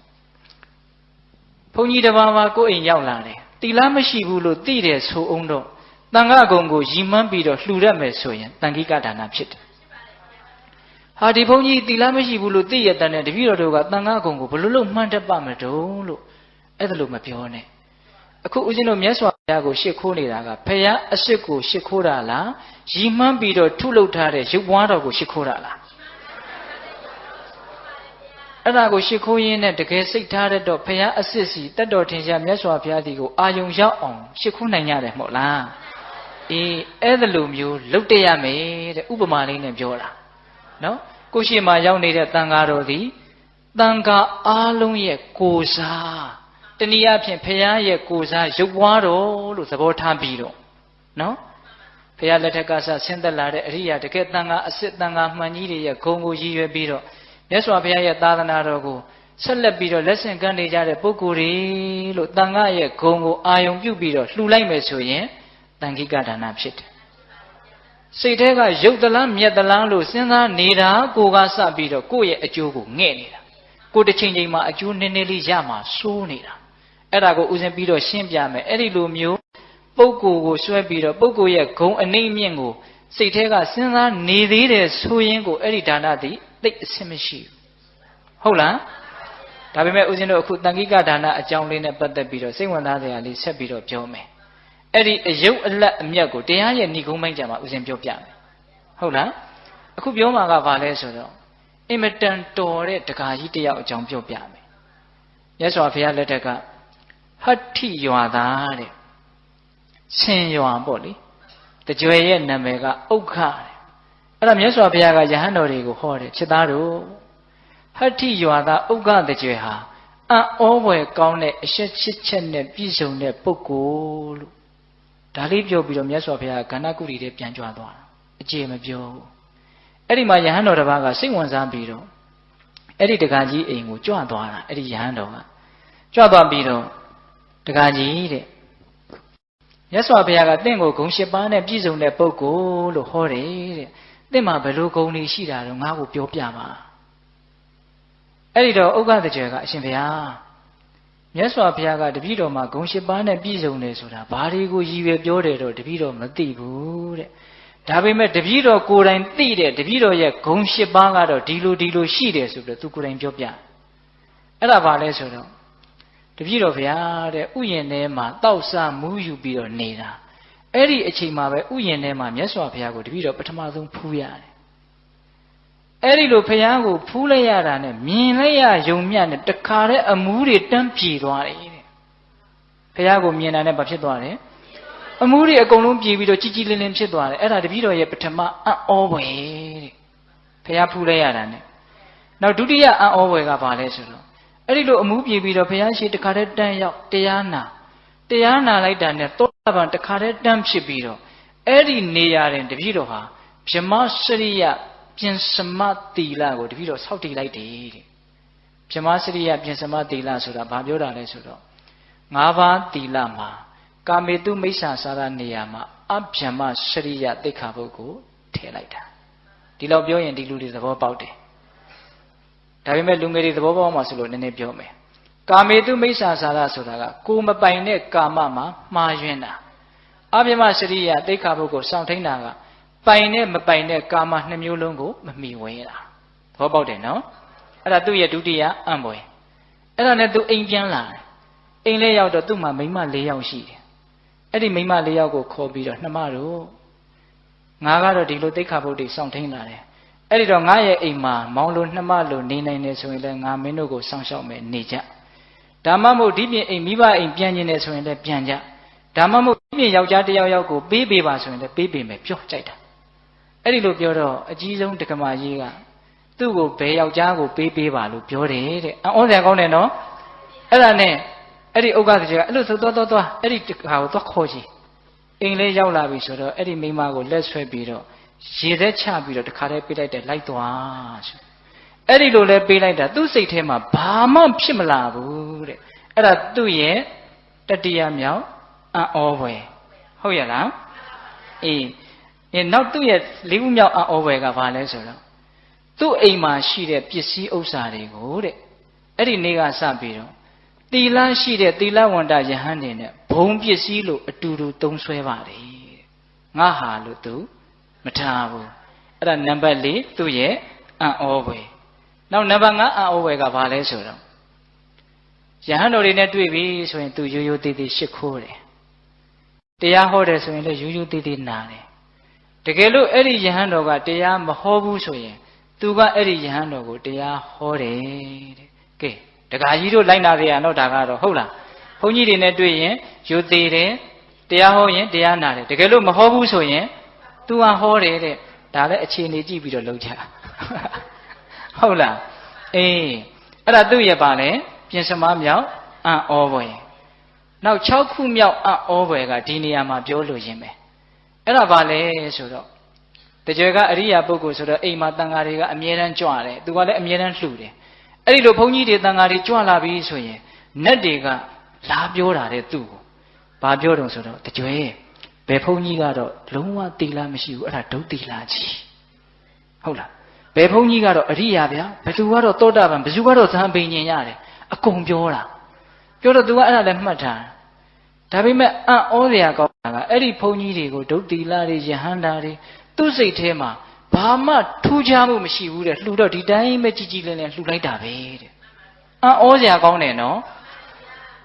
မသိလို့လှူလိုက်တာလားသိရနဲ့ तू စိတ်ကိုတပြေးညီတယ်ထားနိုင်တာလားသိရနဲ့ထားနိုင်တာနတ်တွေကလာပြောတာတဲ့အဲ့ဒါကို तू ကဘာမှမရှိဘူးအေးစစ်စစ်ပဲအဲ့ဒါလို့ထားနိုင်တာတန်ခိကဟုတ်လားဒီရှိမှရှိနေတာတန်ခါလို့ပဲ तू ကအာယုံပြုတ်လိုက်တာဘယ်သူတွေဘဝတွေသူ့အရှင်ကပါသူ့ရဲ့စိတ်ဓာတ်ကပါဘာမှမဝေဖန်ဘူးနော်အဲ့ဒီလူရဲ့အည်အသွေးဂုံတွေကိုဘာမှမလိုက်ဖဲနဲ့ဒါတန်ခါပဲတော့ပြီအဲ့ဒါပါလေတန်ခိကဒါနဆုံးအောင်တော့ပြောမယ်နော်9ခုမြောက်နဲ့10ခုမြောက်အံ့ဖွယ်ရှိတယ်9ခုမြောက်ကပါလဲဆိုတော့အဲ့ဒီလိုပဲနတ်တွေကသူ့ကိုလာပြီးတော့ပြောတယ်တဲ့တကြွယ်မြတ်စွာဘုရားဟောထားတဲ့တရားတော်တွေဟာသုခာတတကယ်ကောင်းကောင်းဟောထားတာအကုန်မှန်တာကြီးပဲလို့ပြောတယ်တဲ့အဲ့ဒါလိုပြောတော့တကြွယ်ကအဲ့ဒီနတ်ကိုပြန်ပြောတယ်အရှင်ပြောသည်ဖြစ်စီမပြောသည်ဖြစ်စီဘုရားရဲ့တရားဟာကောင်းကောင်းဟောထားတယ်ဆိုတာငါသိတယ်နတ်ပြောလို့ယုံတာမဟုတ်ဘူးပေါ့ဗျာဆိုလိုတာကအဲ့ဒီမှာသူကဘာဆက်ပြောတုံးဆိုတော့အဲ့ဒီနတ်တွေကိုအဲ့ဒီလိုလဲပြောပြီးရောသူ့ရဲ့စိတ်ထဲမှာငါဟာနတ်နဲ့စကားပြောရတယ်ဆိုပြီးတော့စိတ်ကြီးဝင်တဲ့သဘောစိတ်ပြောင်းလဲတဲ့သဘောတက်ကြွတဲ့သဘောသူ့မှာလုံးဝမရှိဘူးတဲ့အဲ့ဒါသူ့ရဲ့9ခုမြောက်အံ့ဩဖွယ်ဟုတ်လား10ခုမြောက်အံ့ဩဖွယ်ကဘာလဲဆိုတော့အရှင်ဘုရားတဲ့ခုနယဟန်လေးကိုရှောက်နေတာနော်တပည့်တော်ကမြန်တကယ်လို့မြတ်စွာဘုရားရဲ့အရင်သေသွားတယ်ဆိုလို့ရှိရင်မြတ်စွာဘုရားကဟောဒီဥက္ကတကြွယ်ဟာကာမဘုံကိုတခါပြန်မလာတော့မဲ့ပုဂ္ဂိုလ်လို့ပြောခဲ့မယ်ဆိုလို့ရှိရင်အဲ့ဒါအံ့ဩစရာမရှိပါဘူးတဲ့ဘာပြုလို့လဲဆိုတော့တပည့်တော်ဟာဩရံဘာခိယတန်ရောရှင်၅ပါးကိုပယ်ထားတဲ့အနာဂံပုဂ္ဂိုလ်ဖြစ်နေလို့ပဲတဲ့အဲ့ဒါသူတရားတွေကတက်သွားတာသိလားအေးအဲ့ဒါသူ့ရဲ့အံ့ဖွယ်10ပါးအဲ့ဒီတော့ပေးသက်ပေါင်းသူတော်ကောင်းတို့အဲ့ဒီဥက္ကတကြွယ်ကြီးတို့ရဲ့နီးကိုမှီပြီးတော့ပုဂ္ဂလိကဒါနထက်မြတ်သောတန်ခိကဒါနဖြစ်အောင်ကြိုးစားရမယ်နောက်တော့ဒကာကြီးတယောက်အကြောင်းပြောပြအောင်မယ်အဲ့ဒါကဇဗုဒိတ်ကျွန်းမှာလို့စာထဲမှာတော့အဲ့လိုပဲပါတယ်အဲ့ဒါသူက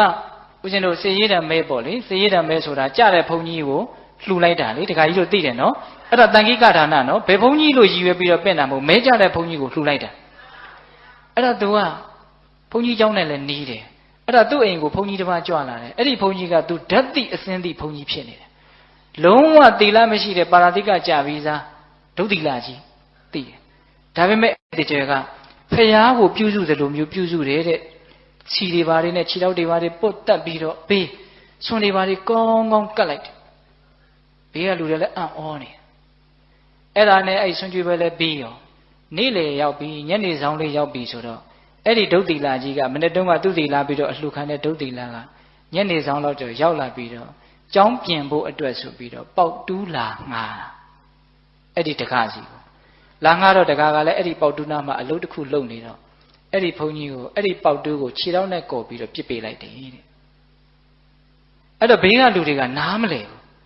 ဘလို့တော့မနေ့တုန်းကတော့ဒီဘုန်းကြီးကိုပဲဖျားပြုစုသလိုပြုစုတာ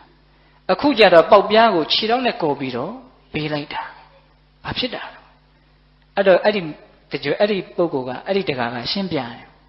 ငါကမနေ့တုန်းကအဲ့ဒီဘုန်းကြီးကိုပြုစုတာမဟုတ်ဘူးငါကတန်ခါကိုပြုစုတာလို့ပြောတယ်တဲ့အခုငါဆက်ဆံတာကတော့တန်ခါကိုဆက်ဆံတာမဟုတ်ဘူးဒုတိလကိုဆက်ဆံတာလို့ပြောတယ်တဲ့အဲ့ဒါကိုလည်းပဲဆရာကြီးကရေးထားတယ်ဦးဇင်းကစုံအောင်လို့မြန်မြန်လေးပြောနေတာနော်အဲ့တော့တရားဓမ္မပေါင်းသူတော်ကောင်းတို့သာသနာနဲ့တွေ့ကြုံတဲ့အခါမှာအသိဉာဏ်တွေရနိုင်ခွင့်ရှိတဲ့အချိန်မှာအသိဉာဏ်ကိုတတ်နိုင်သမျှရအောင်စီးပူးပြီးတော့ပုဂ္ဂလိကဒါနထက်မြတ်သောတန်ခိကဒါနကိုစီးပူးနိုင်ရမယ်အေးနောက်ဆုံးတွဲအဲ့ဒါကဘာလဲဆိုတော့ဒါသဒါနနဲ့ဘုစိတဒါနဒါသဒါနဆိုတာကကျွန်အလှူဘာအလှူဘုစိတဒါနဆိုတာကတော်လှန်တဲ့သခင်အလှူဟုတ်လားအဲ့ဒါဘာလဲဆိုတော့လှူပြီးတဲ့နောက်ဒီကုသိုလ်ကောင်းမှုနဲ့ငါဘာတွေရကျင်လိုက်တာလို့လူစည်းစိမ်နဲ့စည်းစိမ်ဘဝတံပတ္တိဘောဂတံပတ္တိကိုတောင့်တပြီးတော့လှူရင်ဒါသဒါနတတန်လျာလုံးကစပြီးတော့မိမိကိုသခင်စိုးတယောက်အနေနဲ့အုပ်စုလာတဲ့တဏှာကိုတော်လှန်ပြီးတော့တဏှာကနေလွတ်ရနိဗ္ဗာန်ကိုရကျင်တဲ့စိတ်နဲ့လှူရင်ဘုစိတဒါနဒါနထဲမှာအဲ့ဒါအရေးအကြီးဆုံးအတွဲပဲ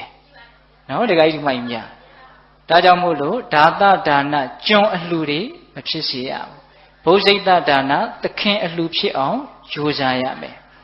အဲ့ဒါကိုဦးဇင်းတို့လေဒီဆိုတော်ဘုရားကြီးကိုသူတို့ခေတ်ကဂုံတေရှိတဲ့စီရေးကြီးဥတော်ဆိုတဲ့တခါကြီးကမေးဘူးတဲ့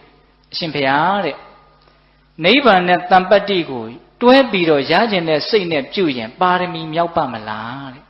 ဆိုလိုတာကနိဗ္ဗာန်ကိုလည်းရခြင်းနဲ့နိဗ္ဗာန်မရခင်စัจ जा မှာဘဝမှာလည်းကောင်းကောင်းမွန်မွန်ခံစားခြင်းပါတယ်စံစားခြင်းပါတယ်ခုတက္ကသမားတို့ဦးဇင်းတို့တောင်းနေတဲ့ဆုမျိုးတွေနော်အဲ့ဒါလိုနိဗ္ဗာန်နဲ့ပြည့်စုံမှုကိုနှစ်ခုတွဲပြီးတော့တောင်းတပြီးတော့လုပ်တဲ့ဒါနသည်ပါရမီမြောက်ပါသလားလို့မေးတာမေးတော့ဆရာကြီးကမျှမျှတတဖြေတယ်ပါရမီတော့မြောက်ပါတယ်သို့တော်တဲ့ဟောသို့တော်လေးပါတယ်နော်ပါရမီကတော့ပါလေမြောက်တယ်တဲ့သို့တော်တဲ့အင်မတန်နှင်းနှင်းကွေးကွေးနိဗ္ဗာန်ရလိမ့်မယ်တဲ့အဲ့ဒါကိုဆရာကြီးကဘာကိုအထောက်ထားပြလဲဆိုတော့ဇောတိကတထေကြီးကိုထောက်ပြတယ်ပိဋကတ်တို့ကြားဘူးတယ်နော်ဇောတိကတထေကဦးဇင်းတို့ဝိပဿနာမြတ်စွာဘုရားမပွင့်ခင်ကတ္တပသာသနာ့ဘကာလမှာညီအကိုနှစ်ယောက်ရှင်ပြည့်စေကဗုဒ္ဓတပါးကိုကြံရည်တွေလှူရတာလေလှူတဲ့အခါကျတော့အကိုဖြစ်တဲ့လူကတော့အရှင်ဘုရားသိတဲ့တရားကိုသိပါရစေဒါပဲဆုတောင်းဇောတိကတထေဖြစ်လာမဲ့ညီကနည်းနည်းပေရှိတယ်အရှင်ဘုရားသိတဲ့တရားကိုသိပါရစေမသိသေးခင်စัจ जा မှာလူစည်းစိမ်နတ်စည်းစိမ်အိုးနောက်ကနေဆက်နေတာအရှိကြီးဟုတ်လားအဲ့ဒါလို့အရှိကြီးဆက်တဲ့အတွက်ကြောင့်ဝိပဿနာမြတ်စွာဘုရားလည်းပွင့်ရောအကိုကြီးကပွင့်တခါတည်းကျွတ်တန်းဝင်သွားရဟန္တာဖြစ်အဲ့ဒီမှာဇောတိကတထေမကျွတ်ဘူးတထေဖြစ်တာပဲနော်မကျွတ်ဘူးအဲ့ဒါဖျား6ဆူကြော်ပြီးတော့ဦးဇင်းတို့မြတ်စွာဘုရားလက်ထက်ကြတော့မှဇောတိကတထေရဲ့လို့လာပြီးတော့ပွင့်ကျွတ်တယ်အဲ့ဒီမှာဦးဇင်းတို့လေဒီဆိုတော်ဘုရားကြီးကဘလို့သုံးတတ်တယ်လဲအဲ့ဒါအင်မတန်အဖို့တန်တယ်ဒါကိုမှတ်ရဘလို့သုံးတတ်တယ်လဲဆိုတော့ဒါနပြုတဲ့နေရာမှာတဏှာအရှိတတ်အညှိတတ်အချွဲတတ်တွေကတ်နေမယ်ဆိုလို့ရှိရင်တဲ့အဲ့ဒီဒါနအကျိုးကြောင့်ပစ္စည်းတွေရလာတဲ့အခါမှာအဲ့ဒီပစ္စည်းတွေကိုလည်းတဏှာအရှိတတ်အကြည့်တတ်အချွဲတတ်တွေနဲ့ကတ်နေအောင်မှာပဲတဲ့ဟုတ်လားလုံတုံးကတဏှာအရှိနဲ့ကတ်ခဲ့တဲ့အတွက်ကြောင့်ရတော့လေအဲ့ဒီပစ္စည်းတွေကိုအင်မတန်တွေ့တာတယ်တရားတွေနဲ့တွေ့သာသနာတော်နဲ့တွေ့သူတော်ကောင်းတရားနဲ့တွေ့လေဒီပစ္စည်းတွေဒီအတိုင်းဝိုင်းတွေကိုမခွာနိုင်ဘူးတရားဘက်ကိုမြန်မြန်မလိုက်နိုင်ဘူးတဲ့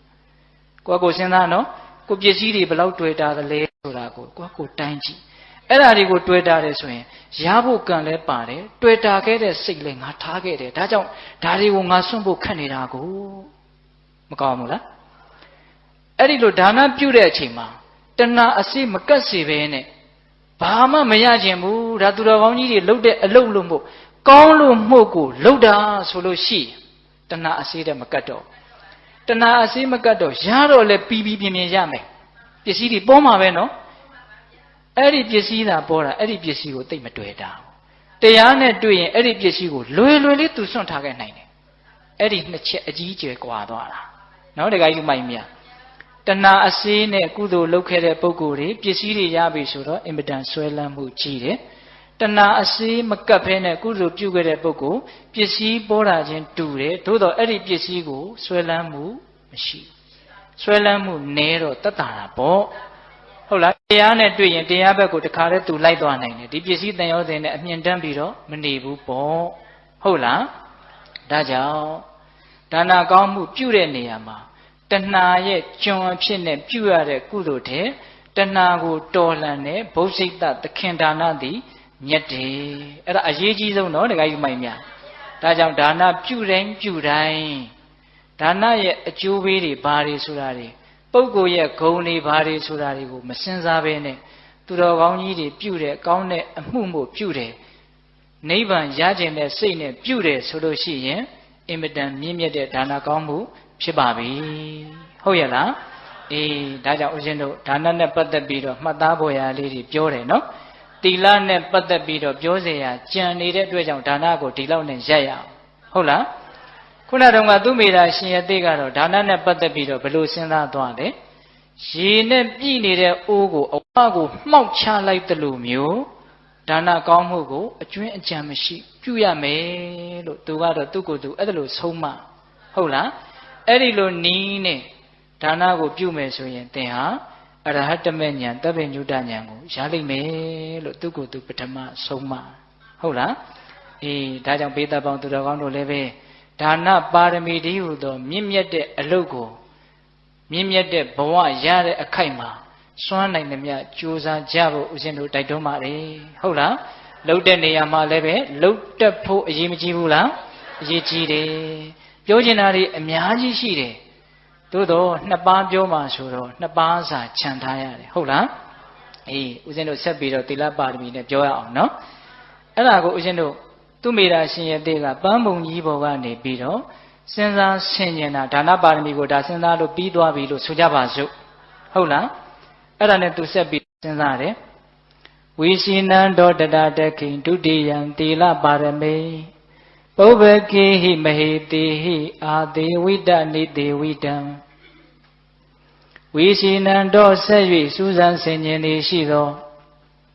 တရားထိုအခါ၌ပုဗ္ဗကေဟိရှိ၌ဖြစ်ကုန်သောမဟေတိဘုရားရှင်ကိုယ်တော်မြတ်ကြီးတို့သည်အာသေဝိတနိသေဝိတံအဖန်ပန်မဲမပြတ်မိဝဲတော်မူအပ်ကုန်သောဒုတိယနှစ်ခုမြောက်ဖြစ်သောသီလပါရမီသီလပါရမီကိုအတ္တခိတွေ့မြင်တော်မူပြီဆက်ပြီးတော့သူစဉ်းစားတယ်ဘုရားဖြစ်အောင်ပြုတတ်တဲ့တရားတွေကဒီဒါနတစ်ခုတည်းမဖြစ်နိုင်ဘူးဘာတွေများရှိသေးလဲလို့ပါရမီပဝိဇ္ဇယဉာဏ်နဲ့ဆက်ပြီးတော့စဉ်းစားလိုက်တော့ဒုတိယမြောက်သီလပါရမီကိုတွေ့တယ်တဲ့ဟုတ်လားဣမံတောပထမန္တာဝဒံလံကတဝါသမာဓိယသီလပါရမီသီလပါရမီတံကိစ္စယတိဘောဓိပတ္တုမိစ္ဆတိသူမေရာပန္တိတအိုပညာရှိအမောင်သူမေရာတွင်သင်သည်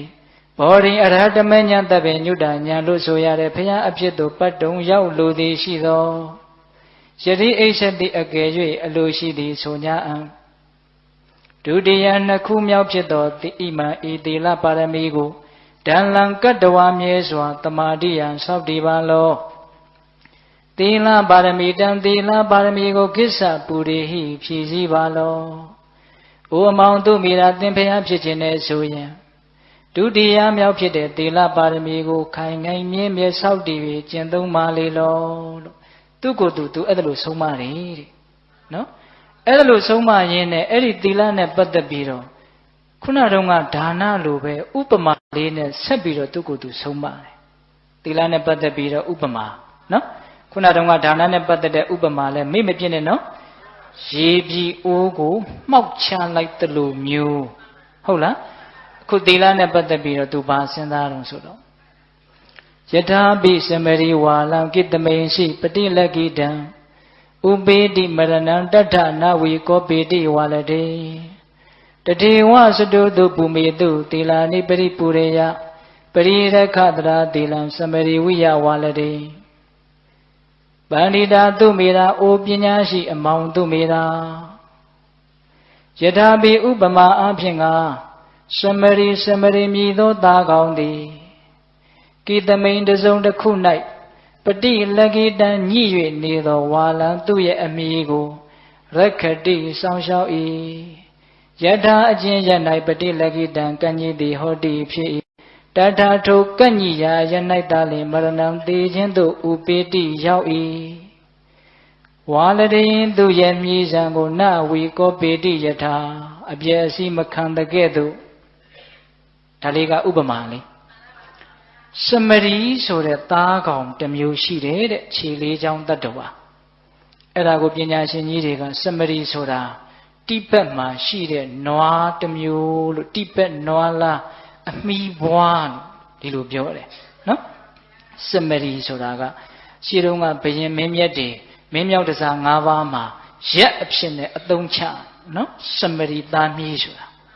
အဲ့ဒီစမရီသားကောင်ဟာသူ့ရဲ့အမီးကိုအင်မတန်ချစ်တယ်ဘလောက်ထိချစ်တယ်လဲဆိုရင်သူတော်တဲ့ကိုကျက်စားရင်းနဲ့အစာရှာရင်းနဲ့တစုံတစ်ခုနဲ့သူ့ရဲ့အမီလေးညှိနေတယ်ဆိုရင် तू မယုံဘူးအဲ့ဒီအမီလေးပြက်သွားမှာဆိုလို့အဲ့ဒီညှိနေရင်မပြုံမချင်းဒီတိုင်းပဲရက်နေတယ်ဘလောက်ကြာအောင်ရက်နေလဲဆိုသေသည်အထိ तू ရက်နေတယ်အောဩစရာကောင်းတဲ့တတ္တဝါတစ်မျိုးပေါ့နော်အေးအဲ့ဒီစမရီသားကောင်ဟာသူ့ရဲ့အမီကိုအပြက်အစည်းမခံမဲနဲ့အကယ်၍ညှိနေတယ်ဆိုရင်ညှိရအရက်မှာပဲအသေးခံလိုက်တော့တာ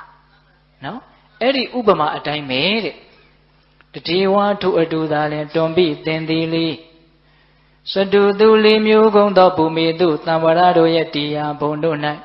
သီလာနိသီလာတို့ကိုပရိပူရေယဖြည့်ခြင်းမာလောစမရိမြည်သောသားကောင်းသည်ဝါလံအမိကိုရခတိဣဝဆောင်ရှောက်လေတဲ့ကဲ့သို့သီလံသီလာကိုတပ္ပရာခါခသိမ့်ပရိရခါဆောင်ရှောက်ပါလောမောင်တကယ်လို့ဖျားဖြစ်ခြင်းတယ်ဆိုလို့ရှိစမရီသားကောင်ဟာသူ့ရဲ့အမိကိုအသက်နဲ့လဲပြီးတော့စောင့်ရှောက်တယ်လို့မျိုးသီလဆိုတဲ့တရားကိုအသက်နဲ့လဲပြီးတော့သင်စောင့်ရှောက်ထိမ့်သိမ့်ပါလေလို့သူကအဲ့ဒါလို့ဆုံးမတယ်တဲ့ဒါသီလနဲ့ပတ်သက်ပြီးတော့ဦးဇင်းတို့ဖျားအလောင်းကြီးရဲ့ဒါဖျားရဲ့ဏိဒန်းလို့တောင်ပြောလို့ရတယ်နော်ဖျားဖြစ်အောင်ကျင့်တဲ့နေရာမှာဖျားအဖြစ်ကိုပြုတတ်တဲ့ဒုတိယမြောက်ပါရမီမြင့်မြတ်သောကျင့်စဉ်တနည်းအားဖြင့်ဒုတိယသဘာဝတစ်ခုပေါ့နော်သီလဟုတ်လားသီလဆိုတာဘာလဲဆိုလို့ရှိရင်ပင်ကိုယ်သဘောငကိုယ်သဘောလို့လည်းအဓိပ္ပာယ်ရတယ်တဲ့နော်ဆိုကြပါစို့တတ္တဝါတူကိုတတ်လိုက်တယ်ဆိုရင်ပင်ကိုယ်သဘောမရှိတော့ဟုတ်ရလား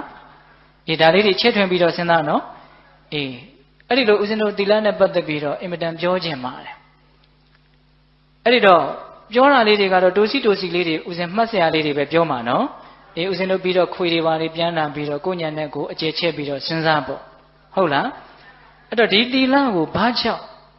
အရေးတကြီးဒါနတဲ့အရေးကြီးတယ်နော်ဘာဖြစ်လို့အရေးကြီးလဲဆိုတော့သူ့ကြတော့အသက်နဲ့လဲခိုင်းတာသီလကြတော့ဘာနဲ့လဲခိုင်းတယ်အသက်နဲ့လဲခိုင်းတာဘာဖြစ်လို့သီလကိုအသက်နဲ့လဲခိုင်းတယ်လဲဆိုတော့စောင့်ထိန်ရင်အင်မတန်အကျိုးကြီးတယ်မဆောင်ထင်းရင်လည်းအင်မတန်အပြစ်ကြီးတယ်ဒါကြောင့်မို့လို့သီလဟာအရေးကြီးတယ်နှမျိုးပြောတယ်နော်ဆောင်ထင်းရင်အင်မတန်အကျိုးကြီးတယ်မဆောင်ထင်းရင်အင်မတန်အပြစ်ကြီးတယ်ဆောင်ထင်းရင်ဘယ်လောက်ထိအကျိုးကြီးမလဲဘုရားတို့အင်္ဂုတ္တပါဠိတော်မှာလာတဲ့မြတ်စွာဘုရားရဲ့ဒေသနာလေးကိုကိုးကားပြီးတော့ပြောပြသီလပြည့်စုံတယ်ဆိုလို့ရှိရင်သီလဆိုတာဘာလို့မပြောတော့ဘူးနော်ကိုယ်နဲ့နှုတ်ကိုဆောင်စည်းတာကာယကံဝစီကံအပြစ်ကင်းအောင်နေတာသီလဆိုတာတော့ဒီပိဋကကြီးသိတယ်နော်အဲ့ဒါအတွက်ဦးဇင်းတို့အချင်းကိုမခံတော့ဘူးနော်အေးအဲ့ဒီသီလကိုစောင့်စည်းမယ်ဆိုလို့ရှိရင်တဲ့ဘာဖြစ်လာလဲဆိုတော့ငါရဲ့တန်တမှာနှုသောပိဋိပါမောက္ခတရားတွေဖြစ်ပါစေလို့ဆန္ဒပြုเสียမလိုဘူးတဲ့သီလပြည့်စုံရင် နုသောပီတိဆိုတဲ့ပါမောက္ခတရားလေးတွေအလိုလိုဖြစ်လာတယ်နေလို့ထိုင်လို့ကောင်းလာဟုတ်လားအဲ့ဒီပါမောက္ခဆိုတဲ့နုသောပီတိလေးဖြစ်လာရင်ရင်သောပီတိတသိမ့်သိမ့်တုံလှုပ်ပြီးတော့စိတ်ထဲမှာတိတိတန်တာခံစားရတဲ့ပီတိပေါ့နော်အဲ့ဒီပီတိဖြစ်ပါစေလို့ဆန္ဒပြုကြမလို့အဲ့ဒီရင်တဲ့ပီတိအလိုလိုဖြစ်တယ်တဲ့အဲ့ဒီပီတိဖြစ်လာလို့ရှင်ပတ္တတိဖြစ်ပါစေလို့တောင်းတကြမလို့ကိုယ့်ရဲ့စိတ်ရဲ့အေးချမ်းခြင်းပတ္တတိအလိုလိုဖြစ်တယ်ပတ္တတိဖြစ်လာလို့ရှိရင်ဒုက္ခဆိုတဲ့ချမ်းသာခြင်းအလိုလိုဖြစ်တယ်ဒုက္ခဆိုတာဖြစ်လာရင်တည်ငြိမ်ခြင်းတမာတိဆိုတာအလိုလိုဖြစ်တယ်အသေးစိတ်မပြောတော့ဘူးနော်တည်ငြိမ်ခြင်းတမာတိဖြစ်လာရင်အမှန်အကန်မြင်ခြင်းဆိုတဲ့အနိစ္စဒုက္ခအနတ္တကိုမြင်ခြင်းဆိုတဲ့ယထာဘူတဉာဏ်အလိုလိုဖြစ်တယ်ယထာဘူတဉာဏ်ဖြစ်ရင်နိဗ္ဗိဒာလောကကြီးဟာပျော်စရာမဟုတ်တဲ့အတွက်ကြောင့်ပျော်စရာမဟုတ်ဘူးလို့အလိုလိုသိတဲ့ဉာဏ်ဖြစ်လာတယ်နိဗ္ဗိဒာဉာဏ်ဖြစ်လာလို့ရှိရင်ဝိရာဂဆိုတဲ့မေဉာဏ်ဝိမု ക്തി ဆိုတဲ့ဖူဉာဏ်နောက်ဆုံးပြန်ပြီးတော့စဉ်းစားဆင်ခြင်တဲ့ပစ္စဝခဏဉာဏ်ဆိုတဲ့အဲ့ဒီမြင့်မြတ်မှုတွေဟာတီလကိုမှီပြီးတော့အစဉ်စဉ်တက်သွားတာဒါဥစဉ်အမြင့်ဆုံးကိုပြောပြတာနော်ဒါကြောင့်တီလသည်တမာတိပညာတို့ရဲ့တီယာမြေကြီးနဲ့တောင်တူတယ်လို့ပြောတယ်ဟုတ်လားဘာနဲ့တူတယ်အရာအလုံးဟာမြေကြီးပေါ်မှာမှီပြီးတော့ထောက်တည်ထားရတယ်သူတော်ကောင်းတရားမှန်တယ်များသည်တီလပေါ်မှာတည်ရတယ်ခုနတုန်းကဒါနလည်းပဲတီလပေါ်မှာတည်ရတာပဲတီလမပြည့်စုံတဲ့ပုဂ္ဂိုလ်ရဲ့ဒါနသည်တိတ်ပြီးတော့အယောင်မထွက်ဟုတ်ရဲ့လားအေးဒါကြောင့်တီလဟာအင်မတန်အရေးကြီးတယ်အကျိုးတရားတွေအဲ့လိုရတယ်ဦးဇင်းတို့အင်္ဂုတ္တပါဠိတော်မှာတော့မြတ်စွာဘုရားကဟောပါတယ်တခါပါတော့ဦးဇင်းတို့ ਨੇ အင်မတန်မှတ်သားစရာကောင်းတဲ့အဆုံးအမတီလပြည့်စုံလို့ရှိရင်နံပါတ်1မမေ့မလျော့မှုရှိတဲ့အတွက်ကြောင့်ပစ္စည်းဥစ္စာတွေအစုလိုက်အပြုံလိုက်တောင်ရနိုင်နေတယ်လူအများစုသိတာကဒါနာတော့ဘောဂဝါလှူရင်ပစ္စည်းပေါ်တယ်ဆိုတာပဲသိတာနော်အခုဒီမှာတီလရှိရင်ဘာရမယ်လို့ပြောနေတော့ပစ္စည်းဥစ္စာတွေရမယ်ရတာမှမဟာတန်ကြီးကျယ်စွာသောဘောဂစည်းစိမ်ဥစ္စာကိုအဓိကိစ္စတိလွယ်လွယ်လေးရမယ်တကယ်ဆောင်ထင်းရင်နော်နံပါတ်1ပစ္စည်းဥစ္စာတွေရမယ်နံပါတ်2ကလျာဏောကိတ္တိတ္တောအဘုကိစ္စတိကိုယ့်ရဲ့ကောင်းတဲ့သတင်းတွေဟာပတ်ဝန်းကျင်မှာအများကြီးပြန့်နှံ့နေတယ်နော်တကယ်ယူမိုက်များအေးဒါလေးနဲ့ပတ်သက်ပြီးတော့ဦးဇင်းကအကျေလေးပြောပြမယ်နောက်နံပါတ်3ပရိသတ်ကြားထဲသွားလို့ရှိရင်မျက်နှာမငယ်ရဘူးမျက်နှာအောက်မချရဘူးတာတာရရကြီးကြီးလင်းလင်းနဲ့တင့်နဲ့တဲတဲ့သိက္ခာရှိသွားနိုင်တယ်တီလာရှိရင်ဟုတ်လားမရှိရင်ပြောင်းပြန်တွေးနော်မရှိရင်ပြောင်းပြန်အဲ့ဒါတခါတည်းဟောပြီးသားပဲတရားကအတူတူလေးတွေရေပြောနေတာမို့အချိန်ကုန်မခံတာဟုတ်လားနောက်စတုထမြောက်သေတော်လည်းပဲကြီးကြီးလင်းလင်းသေရတယ်ငါအပြစ်ကင်းကင်းနေလာတာဘာကိုကြောက်ရမှာတော့သေမှာကြောက်တယ်ဆိုတာသီလမရှိတဲ့ပုဂ္ဂိုလ်တွေရဲ့အလုံးငါလိုသီလရှိတဲ့လူတစ်ယောက်ဒီဘာသေမှာကြောက်ရှာမလိုဘူးလို့ရဲရှင်းတော့သေခြင်းနဲ့သေရအဲ့ဒီလိုကောင်းကောင်းသေတဲ့အတွက်ကြောင့်သူကတိဆိုတဲ့ကောင်းတဲ့ဘုံကိုရောက်သွားရောဘယ်နှမျိုးလဲ5မျိုးဟုတ်လားသီလမရှိရင်တော့ပစ္စည်းတွေအစုလိုက်ပြုံလိုက်ကုန်ခန်းသွားမယ်ဟုတ်လားမကောင်းတဲ့အပုပ်နံ့တွေမကောင်းတဲ့တွေထွက်မယ်ဟုတ်လားပရိသတ်ကြားမှာမျက်နှာအောက်ချပြီးတော့ညှို့ညွန့်ငယ်ငယ်နဲ့နေရမယ်ဟုတ်လားတွေးဝေကြောက်ကြောက်လန့်လန့်နဲ့ငါတော့မှားခဲ့ပြီဆိုသေရမယ်နော်အဲ့လိုသေတဲ့အတွက်ကြောင့်အဲ့ဒီလိုပုံကူမျိုးလားရဒုက္ခတိကိုရောက်တတ်တယ်အခြေခံမကြဘူးလားအေးဒါကြောင့်မြတ်စွာဘုရားဒီဒေသနာတော်လေးအဲ့ဒီမှာဦးဇင်းတို့ကသီလပြည့်စုံတဲ့ပုဂ္ဂိုလ်တွေဟာကလျာဏောကိတ္တိတ္တောဆိုတဲ့ဟောပြောချက်ကလေးကိုသိသဘောကျတယ်သီလပြည့်စုံတယ်ကိုကျင့်တရားကောင်းတယ်ဆိုတဲ့လူတွေဟာသူတို့ရဲ့သတင်းတွေသူတို့ရဲ့ဂုဏ်တွေဟာနေရာအနှံ့ပြားမှာရှိတယ်အဲ့ဒါလေးနဲ့ပတ်သက်ပြီးတော့ရှင်အနန္ဒာဒီနေ့မှစဉ်းစားတယ်တဲ့ဩသဘယ်ပန်းနံလေးတွေမှုှေးလိုက်တာစန္ဒကုနံလေးတွေမှုှေးလိုက်တာအဲ့ဒီအနံ့တွေဘယ်လောက်ပဲမှုှေးပါတယ်ပြောလေရဲ့အထက်ဖက်ကိုတော့မမှုှေးနိုင်ဘူးလေသေးရနောက်ကိုပဲမှုှေးနိုင်တာအဲ့ဒီလိုလေအောက်လေညာအရက်ဒေတာအလုံးကိုမှုှေးပြတ်နိုင်တဲ့အနံ့ဆိုတာဒီပြန်ရှိမြန်းရှိသေးလားမသိဘူးလို့သူစဉ်းစားနေတယ်အဲ့ဒီလိုစဉ်းစားရင်းနဲ့ငါစဉ်းစားနေလို့ဘယ်အဖြေထွက်မှာတော့ကဲလွယ်နီးပဲဖျားပဲသွားပြီးတော့မေးလိုက်တော့မယ်ဆိုတော့မြတ်စွာဘုရားဒီရောက်သွားတယ် ရောက်တော့အဲ့ဒီသူစဉ်းစားတာလေးကိုဘုရားကိုလျှောက်တယ်လျှောက်တော့မြတ်စွာဘုရားကရှိတာပေါ့လေအောက်လေညာအရက်၄မျက်နှာ၈မျက်နှာနေရာမရွေးပြန့်နှံ့နေတဲ့မှုှပြန့်တဲ့ယနံ့ဆိုတာရှိအဲ့ဒါဘာလဲဆိုတော့သီလယနံ့ပဲတဲ့နော်နာသန္တနံတကရဝပိဥပလံထဝိတိကိဒီကာထာလေးဦးဇင်းတို့ဓမ္မပဒပါဠိတော်မှာရှိနော်အနံ့နေအများကြီးကိုကောင်းစေတဲ့ပန်းနံ့နေရှိဟုတ်လားစန္ဒဂုဏနေတောင်စလက်ပန်းနံ့နေနှင်းစီပန်းနံ့နေစပယ်တွေမြက်လေးတွေအကုန်ရှိတယ်အဲ့ဒီအနံ့ပေါင်းစုံနေတဲ့မှာသီလကံတော်အနုတ္တရောတဲ့ကိုချင်းတရားဆိုတဲ့ယနံ့ဟာအမျက်ဆုံးအမွှေးဆုံးပဲနော်တပ္ပတိတာတပ္ပုရိသောပဝါယတိ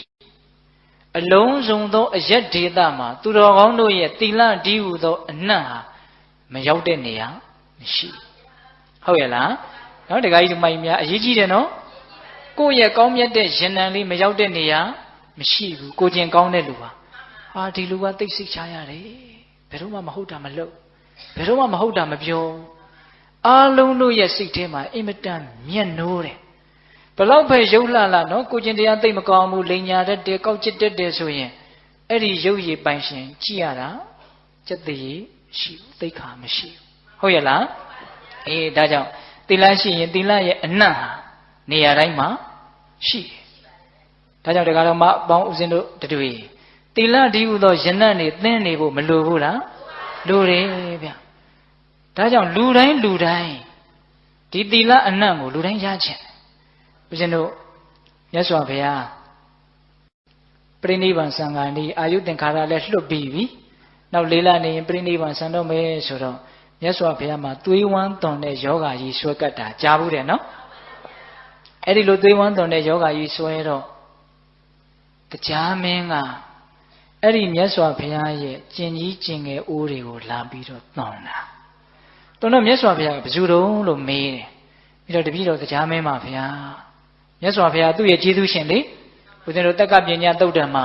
တည်တော့မဲ့ဇဲဇဲမှာသူ့ကိုတအားကောင်းတော့အောင်သောတာပန်ဖြစ်အောင်ဒီတရားစည်းစိမ်မပြည့်စည်အောင်ဘုရားကသူ့ကိုကျေးဇူးအများကြီးပြုထားတာဟုတ်လားဘုရားကိုသူအင်မတန်ကြီးညိုပါတယ်အဲ့ဒါကြောင့်မလို့သူရောက်လာတော့ဘယ်သူလဲဆိုတော့တပည့်တော်တရားပါဘုရားဘာလို့တာတော့အရှင်ဘုရားကိုပြုစုမလို့ပါဘုရားအဲ့ဒီတော့မြတ်စွာဘုရားကနှင်လွတ်တယ်တကားကြီးပြန်သွားတရားမင်းပြန်သွားလူတွေရဲ့အနံ့ဟာသင်တို့ရဲ့နတ်တီယူဇနာတရားကတော့မှပုတ်ဟောင်တဲ့အနံ့ကိုရတယ်မို့လားသင်ပြန်သွားအဲ့ဒီလိုပြောတော့တရားမင်းကဘာပြောတော့ဆိုတော့အရှင်ဘုရားတဲ့အရှင်ဘုရားရဲ့သီလယနံ့ကမှုှပြန့်လွန်းလို့ဘုရားတပည့်တော်ကြီးအဲ့ဒီသီလယနံ့ကိုမျက်နှိုးလွန်းလို့ဒီမစင်အိုးကိုမျက်နှိုးသွန်ပြီးတော့လူနာပြုစုခြင်းဆိုတဲ့အလုပ်ကိုလုပ်ပါမယ်ဆိုပြီးတော့အဲ့ဒီမစင်အိုးကိုခေါင်းပေါ်တောင်ရွက်သွားတယ်တဲ့အဲ့ဒီတရားကလက်ကနေဆွဲသွားတာမဟုတ်ဘူးနော်ဘယ်မှာတင်သွားတာလဲခေါင်းပေါ်မှာတင်သွားတာနော်သူတော်ကောင်းတွေရဲ့ယနံ့တနည်းအားဖြင့်သီလယနံ့ကိုနတ်တွေကလည်းအင်မတန်ချစ်တယ်ဆိုတဲ့အတိပ္ပယ်ဟုတ်လားဦးဇင်းတို့တန်ရုပ်ပါဠိတော်မှာလည်းတွေ့ဘူးပါတယ်ယသိတွေစီကိုဦးဇင်းတို့တရားမင်းရဲ့ဝိပစိဋ္ဌိအတူရိန်ကြီးရဲ့သွားကြတာတရားမင်းကသူတော်ကောင်းစိတ်ရှိတယ်ဝိပစိဋ္ဌိကတော့ဖဏလည်းမချွတ်ဘူးတန်လျက်လည်းမချွတ်ဘူးစောင်းဆောင်ကြွားနေသွားတာတရားမင်းကတော့နူးနူးညံ့ညံ့တိမ်တိမ်မွေ့မွေ့သွားတာအဲ့ဒါနဲ့ယသိတို့စီရောက်ပြီဆိုတော့တရားမင်းကထိုင်ပြီးတော့ဝှက်ချအဲ့ဒီမှာယသိကြီးကပြောတယ်အဲ့ဒီယသိတွေကသီလနဲ့ပြည့်စုံတဲ့ဇံပင်ညင်ရတဲ့ယသိတွေတခါကြီးကြာမြင့်စွာမတုတ်သင်မဲနဲ့ပြစ်ထားတဲ့တို့ရဲ့အနံ့တွေဟာအများကြီးဆိုးတယ်တဲ့အဲ့ဒီဘက်မှာမနေပါနဲ့တို့နဲ့နီးနီးကပ်ကပ်မချင်းကပ်ပါနဲ့အားနာတဲ့သဘောနဲ့ပြောတာရှင်းတော့ကယသိတွေဆိုတာဒီတိုင်းပဲရေမချိုးပဲနဲ့အကျင့်မြတ်ကျင့်ပြီးတော့နေတာတွေလည်းရှိတာကိုဟုတ်လားဦးဇင်းတို့ကျမ်းဂန်တွေထဲမှာတွေ့ရပါတယ်သွားချီအလိမ့်လိမ့်ကပ်ပြီးတော့အဲ့ဒါလိုမျိုးနော်အဲ့ဒီလိုပြောတော့တရားမင်းကအရှင်ဘုရားတို့ရဲ့သီလယနံ့ဟာဒီမကောင်းတဲ့အနံ့တွေကိုဖုံးလွှမ်းနိုင်စွမ်းရှိပါတယ်ဒါကြောင့်မလို့ဒီသီလယနံ့ကိုမျက်နှိုးလွန်းလို့ဘုရားတပည့်တော်ချင့်ကပ်တာပါဆိုပြီးတော့တရားမင်းကိုတရားမင်းကဦးဇင်းတို့အဲ့ဒီယသိတွေကိုအဲ့ဒါလိုပြောဘူးတယ်ဟုတ်လား ဒါကြောင့်တခါကြီးဒီမကြီးများသီလဆိုတဲ့ယနံ့သည်လူသားတိုင်းနတ်တိုင်းမြမတိုင်းချစ်မြတ်နိုးတဲ့အနတ်မှာဒါကြောင့်ကိုယ့်ရဲ့မကောင်းတဲ့အနတ်ဆိုတာပဂတိမကောင်းတဲ့အနတ်ကိုရည်ရွယ်ပြောတာလားမဟုတ်ဘူးနော်ကိုကျင့်တရားပျက်စီးလို့တပါးသောသူတွေစိတ်မချရသောမယုံကြည်ရသောဆက်ဆုပ်သောယွန်ရှာသောအကျင့်တွေရှိနေရင်တော့မမှွေးပဲနဲ့အင်မတန်ညှီတဲ့အင်မတန်ပုတ်တဲ့အနတ်တွေထွက်နေလိမ့်မယ်ဟုတ်လားဒါကြောင့်မို့လို့အဲ့လိုအနတ်မျိုးတွေမထွက်အောင်သီလရှိဖို့မလိုဘူးလားလိုတယ်သီလဟာမဆောင်ထင်းရင်ဖြစ်ကိုမဖြစ်ဘူးလို့နားလည်ရမယ်သီလဟာမဆောင်ထင်းရင်ဖြစ်ကိုမဖြစ်ဘူးလို့နားလည်ရမယ်ဒါလေးနဲ့ပတ်သက်ပြီးတော့ဦးဇင်းတို့လူငယ်တွေမှတ်သားဖို့လူငယ်တွေမှမဟုတ်ပါဘူးလေလူကြီးတွေလည်းမှတ်သားဖို့ဆရာကြီးနန္ဒာသိန်းစံပြောသွားတယ်စကားလေးတစ်ခွန်းကိုဦးဇင်းတို့တဆင့်ဖောက်တယ်ချခြင်းဟုတ်လားသီလနဲ့ပတ်သက်ပြီးတော့အဲ့ဒါဘာလဲဆိုတော့တခါတုန်းကပင်လယ်ထဲမှာစစ်သင်္ဘောနှစ်စင်းလေ့ကျင့်ရေးဆင်းတာအဲ့ဒီလိုဆင်းရင်းနဲ့နှင်းတွေကလည်းကြာလာမသိမကွဲတွေဖြစ်လာတော့အဲ့ဒီမှာသင်္ဘောတစ်စင်းကရှေ့နားကိုလှမ်းကြည့်တော့မီးရောင်ကလေးမြင်တယ်မီးရောင်မြင်တော့ဒါကဟိုဘက်ကလာတဲ့သင်္ဘောလားမသိဘူးဒီတိုင်းသွားနေရင်တော့တိုက်မိတော့မှာပဲလို့သူကထင်းနေတာသင်္ဘောကပတိန်ကအမှန်ကတော့ဟိုဘက်ကမြင်နေရတဲ့မီးရောင်ကသင်္ဘောကထွန်းထားတဲ့မီးရောင်မဟုတ်ဘူးမီးပြတိုက်ကထွန်းထားတဲ့မီးရောင်မီးပြတိုက်ဆိုတာကဒီနားမှာကြောက်ဆောင်တွေရှိတယ်ကဘာတွေရှိတယ်တိုက်မိရင်အန္တရာယ်ရှိတယ်ရှောင်သွားဖို့ဆိုပြီးတော့ထွန်းထားတာကိုမီးပြတိုက်သိတယ်နော်ဒကာကြီးတို့အဲ့ဒါကိုဒီစစ်သင်္ဘောပေါ်ကကပတိန်ကသင်္ဘောတစ်စင်းကထွန်းထားတဲ့မီးလို့သူကထင်တာအဲ့ဒါနဲ့သူ့လက်အောက်ငယ်သားကိုအမိတ်ပေးလိုက်တယ်အဲ့ဒီသင်္ဘောကိုဝင်တိုက်မိတော့မှာပဲဒါကြောင့်အဲ့ဒီသင်္ဘောကိုလှမ်းပြီးတော့သတိပေးလိုက်20ဒီဂရီစောင်းပြီးတော့ဒုသင်္ဘောကိုတိမ်ပေးတိမ်မပြီးရင်ဝင်တိုက်ပြီးတော့အကုန်ဒုက္ခရောက်တော့မယ်အမိန်ပေးတော့ဟိုဘက်ကလည်းလှမ်းပြီးတော့ပြန်ပြောတယ်ကျွန်ုပ်မတိမ်နိုင်ပါဘူးသင်ပဲ20ဒီဂရီစောင်းပြီးတော့တိမ်သွားပါအဲ့လိုပြောတော့ဒီဘက်ကစစ်သင်္ဘောပေါ်ကကပတိန်ကစိတ်တူတယ်မင်းတိမ်ပေးလို့ပြောတာမရဘူးလားထပ်ပြီးတော့အမိန်ပေးတယ်ကျုပ်တိမ်မပေးနိုင်ဘူးဟိုဘက်ကလည်းဘယ်တိမ်ပေးနိုင်မှာလဲမီးပြလိုက်ပါလို့ပြောနေတိမ်လို့ပဲရမှာလဲဟုတ်လားအဲ့ဒီလိုပြောတဲ့အခါကျတော့ဒီဘက်ကတိတ်ပြီးတော့စိတ်တူလာပြီးတော့တိမ်မပေးရရင်ဗာများမှတ်တယ်လေတို့ကစစ်သင်းမောတော့လှမ်းပြစ်မှာလို့ပြောတယ်ပြောတဲ့အခါကျတော့ဟိုဘက်ကလည်းပြန်ပြောတယ်မတိမ်ကမှနေရောတို့ကလည်းမီးပြလိုက်ဖေးလို့ပြောတယ်ဟုတ်လားဟိုဘက်ကဘယ်လိုပြန်ပြောတယ်တို့ကမီးပြလိုက်ဖေးမီးပြလိုက်ကတိမ်လို့ရမှာလားမရဘူးဒါကြောင့်ဒီဒကာဓမ္မတို့ဥရှင်တို့အထူးသဖြင့်၅ပါးသီလဟာမီးပြတဲ့ကြီးနဲ့တူတယ်တိမ်လို့မရဘူးရှောင်လို့မရသူ့ကိုဝင်တိုက်ရင်ကိုယ်ပဲနာမယ်ဟုတ်လားသူ့ကိုဝင်တိုက်ရင်ကိုယ်ပဲနာမယ်ဘာမှသူ့ကိုအလျှော့အတင်းလည်းလုပ်လို့မရဘူးဒီ၅ပါးလေးကတော့လုံးဝလျှော့လို့မရခုခေတ်လူတွေကဟိုအပားလေးလျှော့ခြင်းနဲ့ဒီအပားလေးလျှော့ခြင်းနဲ့ရှိတယ်နော်တချို့တစ်ခုလုံးမလျှော့နိုင်တော့နည်းနည်းလေးပါးလေးလောက်တော့လျှော့လို့မရဘူးလားဟောဒီလိုဈေးရောက်နေရတာမှုသားမပါလင်္ကာမချောအကျိုးမယုတ်ရင်တော့ပြောကောင်းတယ်မဟုတ်လားအမလီဒီလိုမေးတဲ့လူတွေကလည်းရှိသေးတယ်ဟုတ်လားဟင်တခါကြီးမိုင်းမြ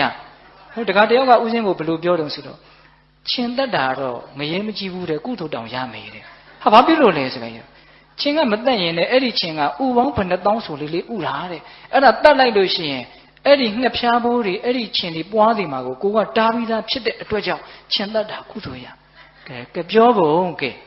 အဲ့လိုပြောတယ်နော်လုံးဝအလျှော့အတင်းမရဘူးနော်တခါကြီးမိုင်မြကိုကျင်တရားတွေဆိုတာလုံးဝအလျှော့အတင်းမရတဲ့စီကံတွေသူတို့ကိုဝင်တိုက်ရင်ကိုပဲခံရမယ်ကိုပဲနာမယ်ဟုတ်လားအဲ့တော့ကိုကအသာလေးသူတို့ကိုရှောင်သွားမညှိစေနဲ့ပါဏာတိပါဒမညှိစေနဲ့အရိဏဒါနာမညှိစေနဲ့ညှိရင်အခုတော့ဟုတ်တယ်လို့နဲ့ခဏနေရင်ခံရမှာပဲဟုတ်လားအေးနောင်တတွေကိုတဖန်ဖြစ်စေသောပူလောင်မှုဒီဟူသောအကျိုးတွေကိုပေးတတ်သောဟုတ်လားဒါကြောင့်မို့လို့ဒီကိုကျင့်တရားတွေဟာဆရာကြီးကတော့မီးပြတိုက်ကြီးတွေပါတဲ့ဦးဇင်းကသိသဘောကျတယ်ဟုတ်လားဒါကြောင့်လူငယ်တွေခေတ်လူတွေဒီ၅ပါးသီလလေးကိုတော့အလျှော့အတင်းမလုပ်ကြပါနဲ့သူများအကျိုးအတွက်ရည်ရွယ်ပြီးတော့ပြောနေတာထက်ကိုယ့်အကျိုးကိုရည်ရွယ်ပြီးတော့ပြောနေတာနော်အဲ့ဒါကိုဝင်တိုက်ရင်ဟိုမီးပြတိုက်ကဘယ်နဲ့မှမနေဘူးနော်ကိုခံရမှာနော်အဲ့ဒါလိုပဲဝင်တိုက်ပြီဆိုလောကကြီးကတော့ပုံမှန်သွားနေမှာကိုလွန်ကျူးရင်ကိုပဲခံရမှာဟုတ်လား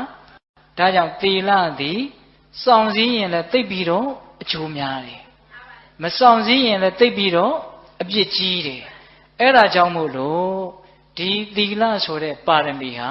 အသက်နဲ့တောင်လဲပြီးတော့စောင့်ထိန်ရမယ်လို့ဥပမာပေးလိုက်တာဘာနဲ့ဥပမာပေးတယ်စမရီနော်အမိကလေးများညှိနေတယ်ဆိုလို့ရှိရင်အပြည့်အစည်းမခံဘူးအဲ့ဒီနားမှာပဲအသေးခံလိုက်တယ်ဟုတ်ရဲ့လားဒါကြောင့်တရားဓမ္မတို့ဦးဇင်းတို့တွေကိုယ့်ရဲ့ဘဝကိုရေရှည်မျှော်ကိုးပြီးတော့ကောင်းကျင်တယ်နောင်တကင်းကျင်တယ်အေးအေးချမ်းချမ်းနေကျင်တယ်ဆိုရင်အခြေခံ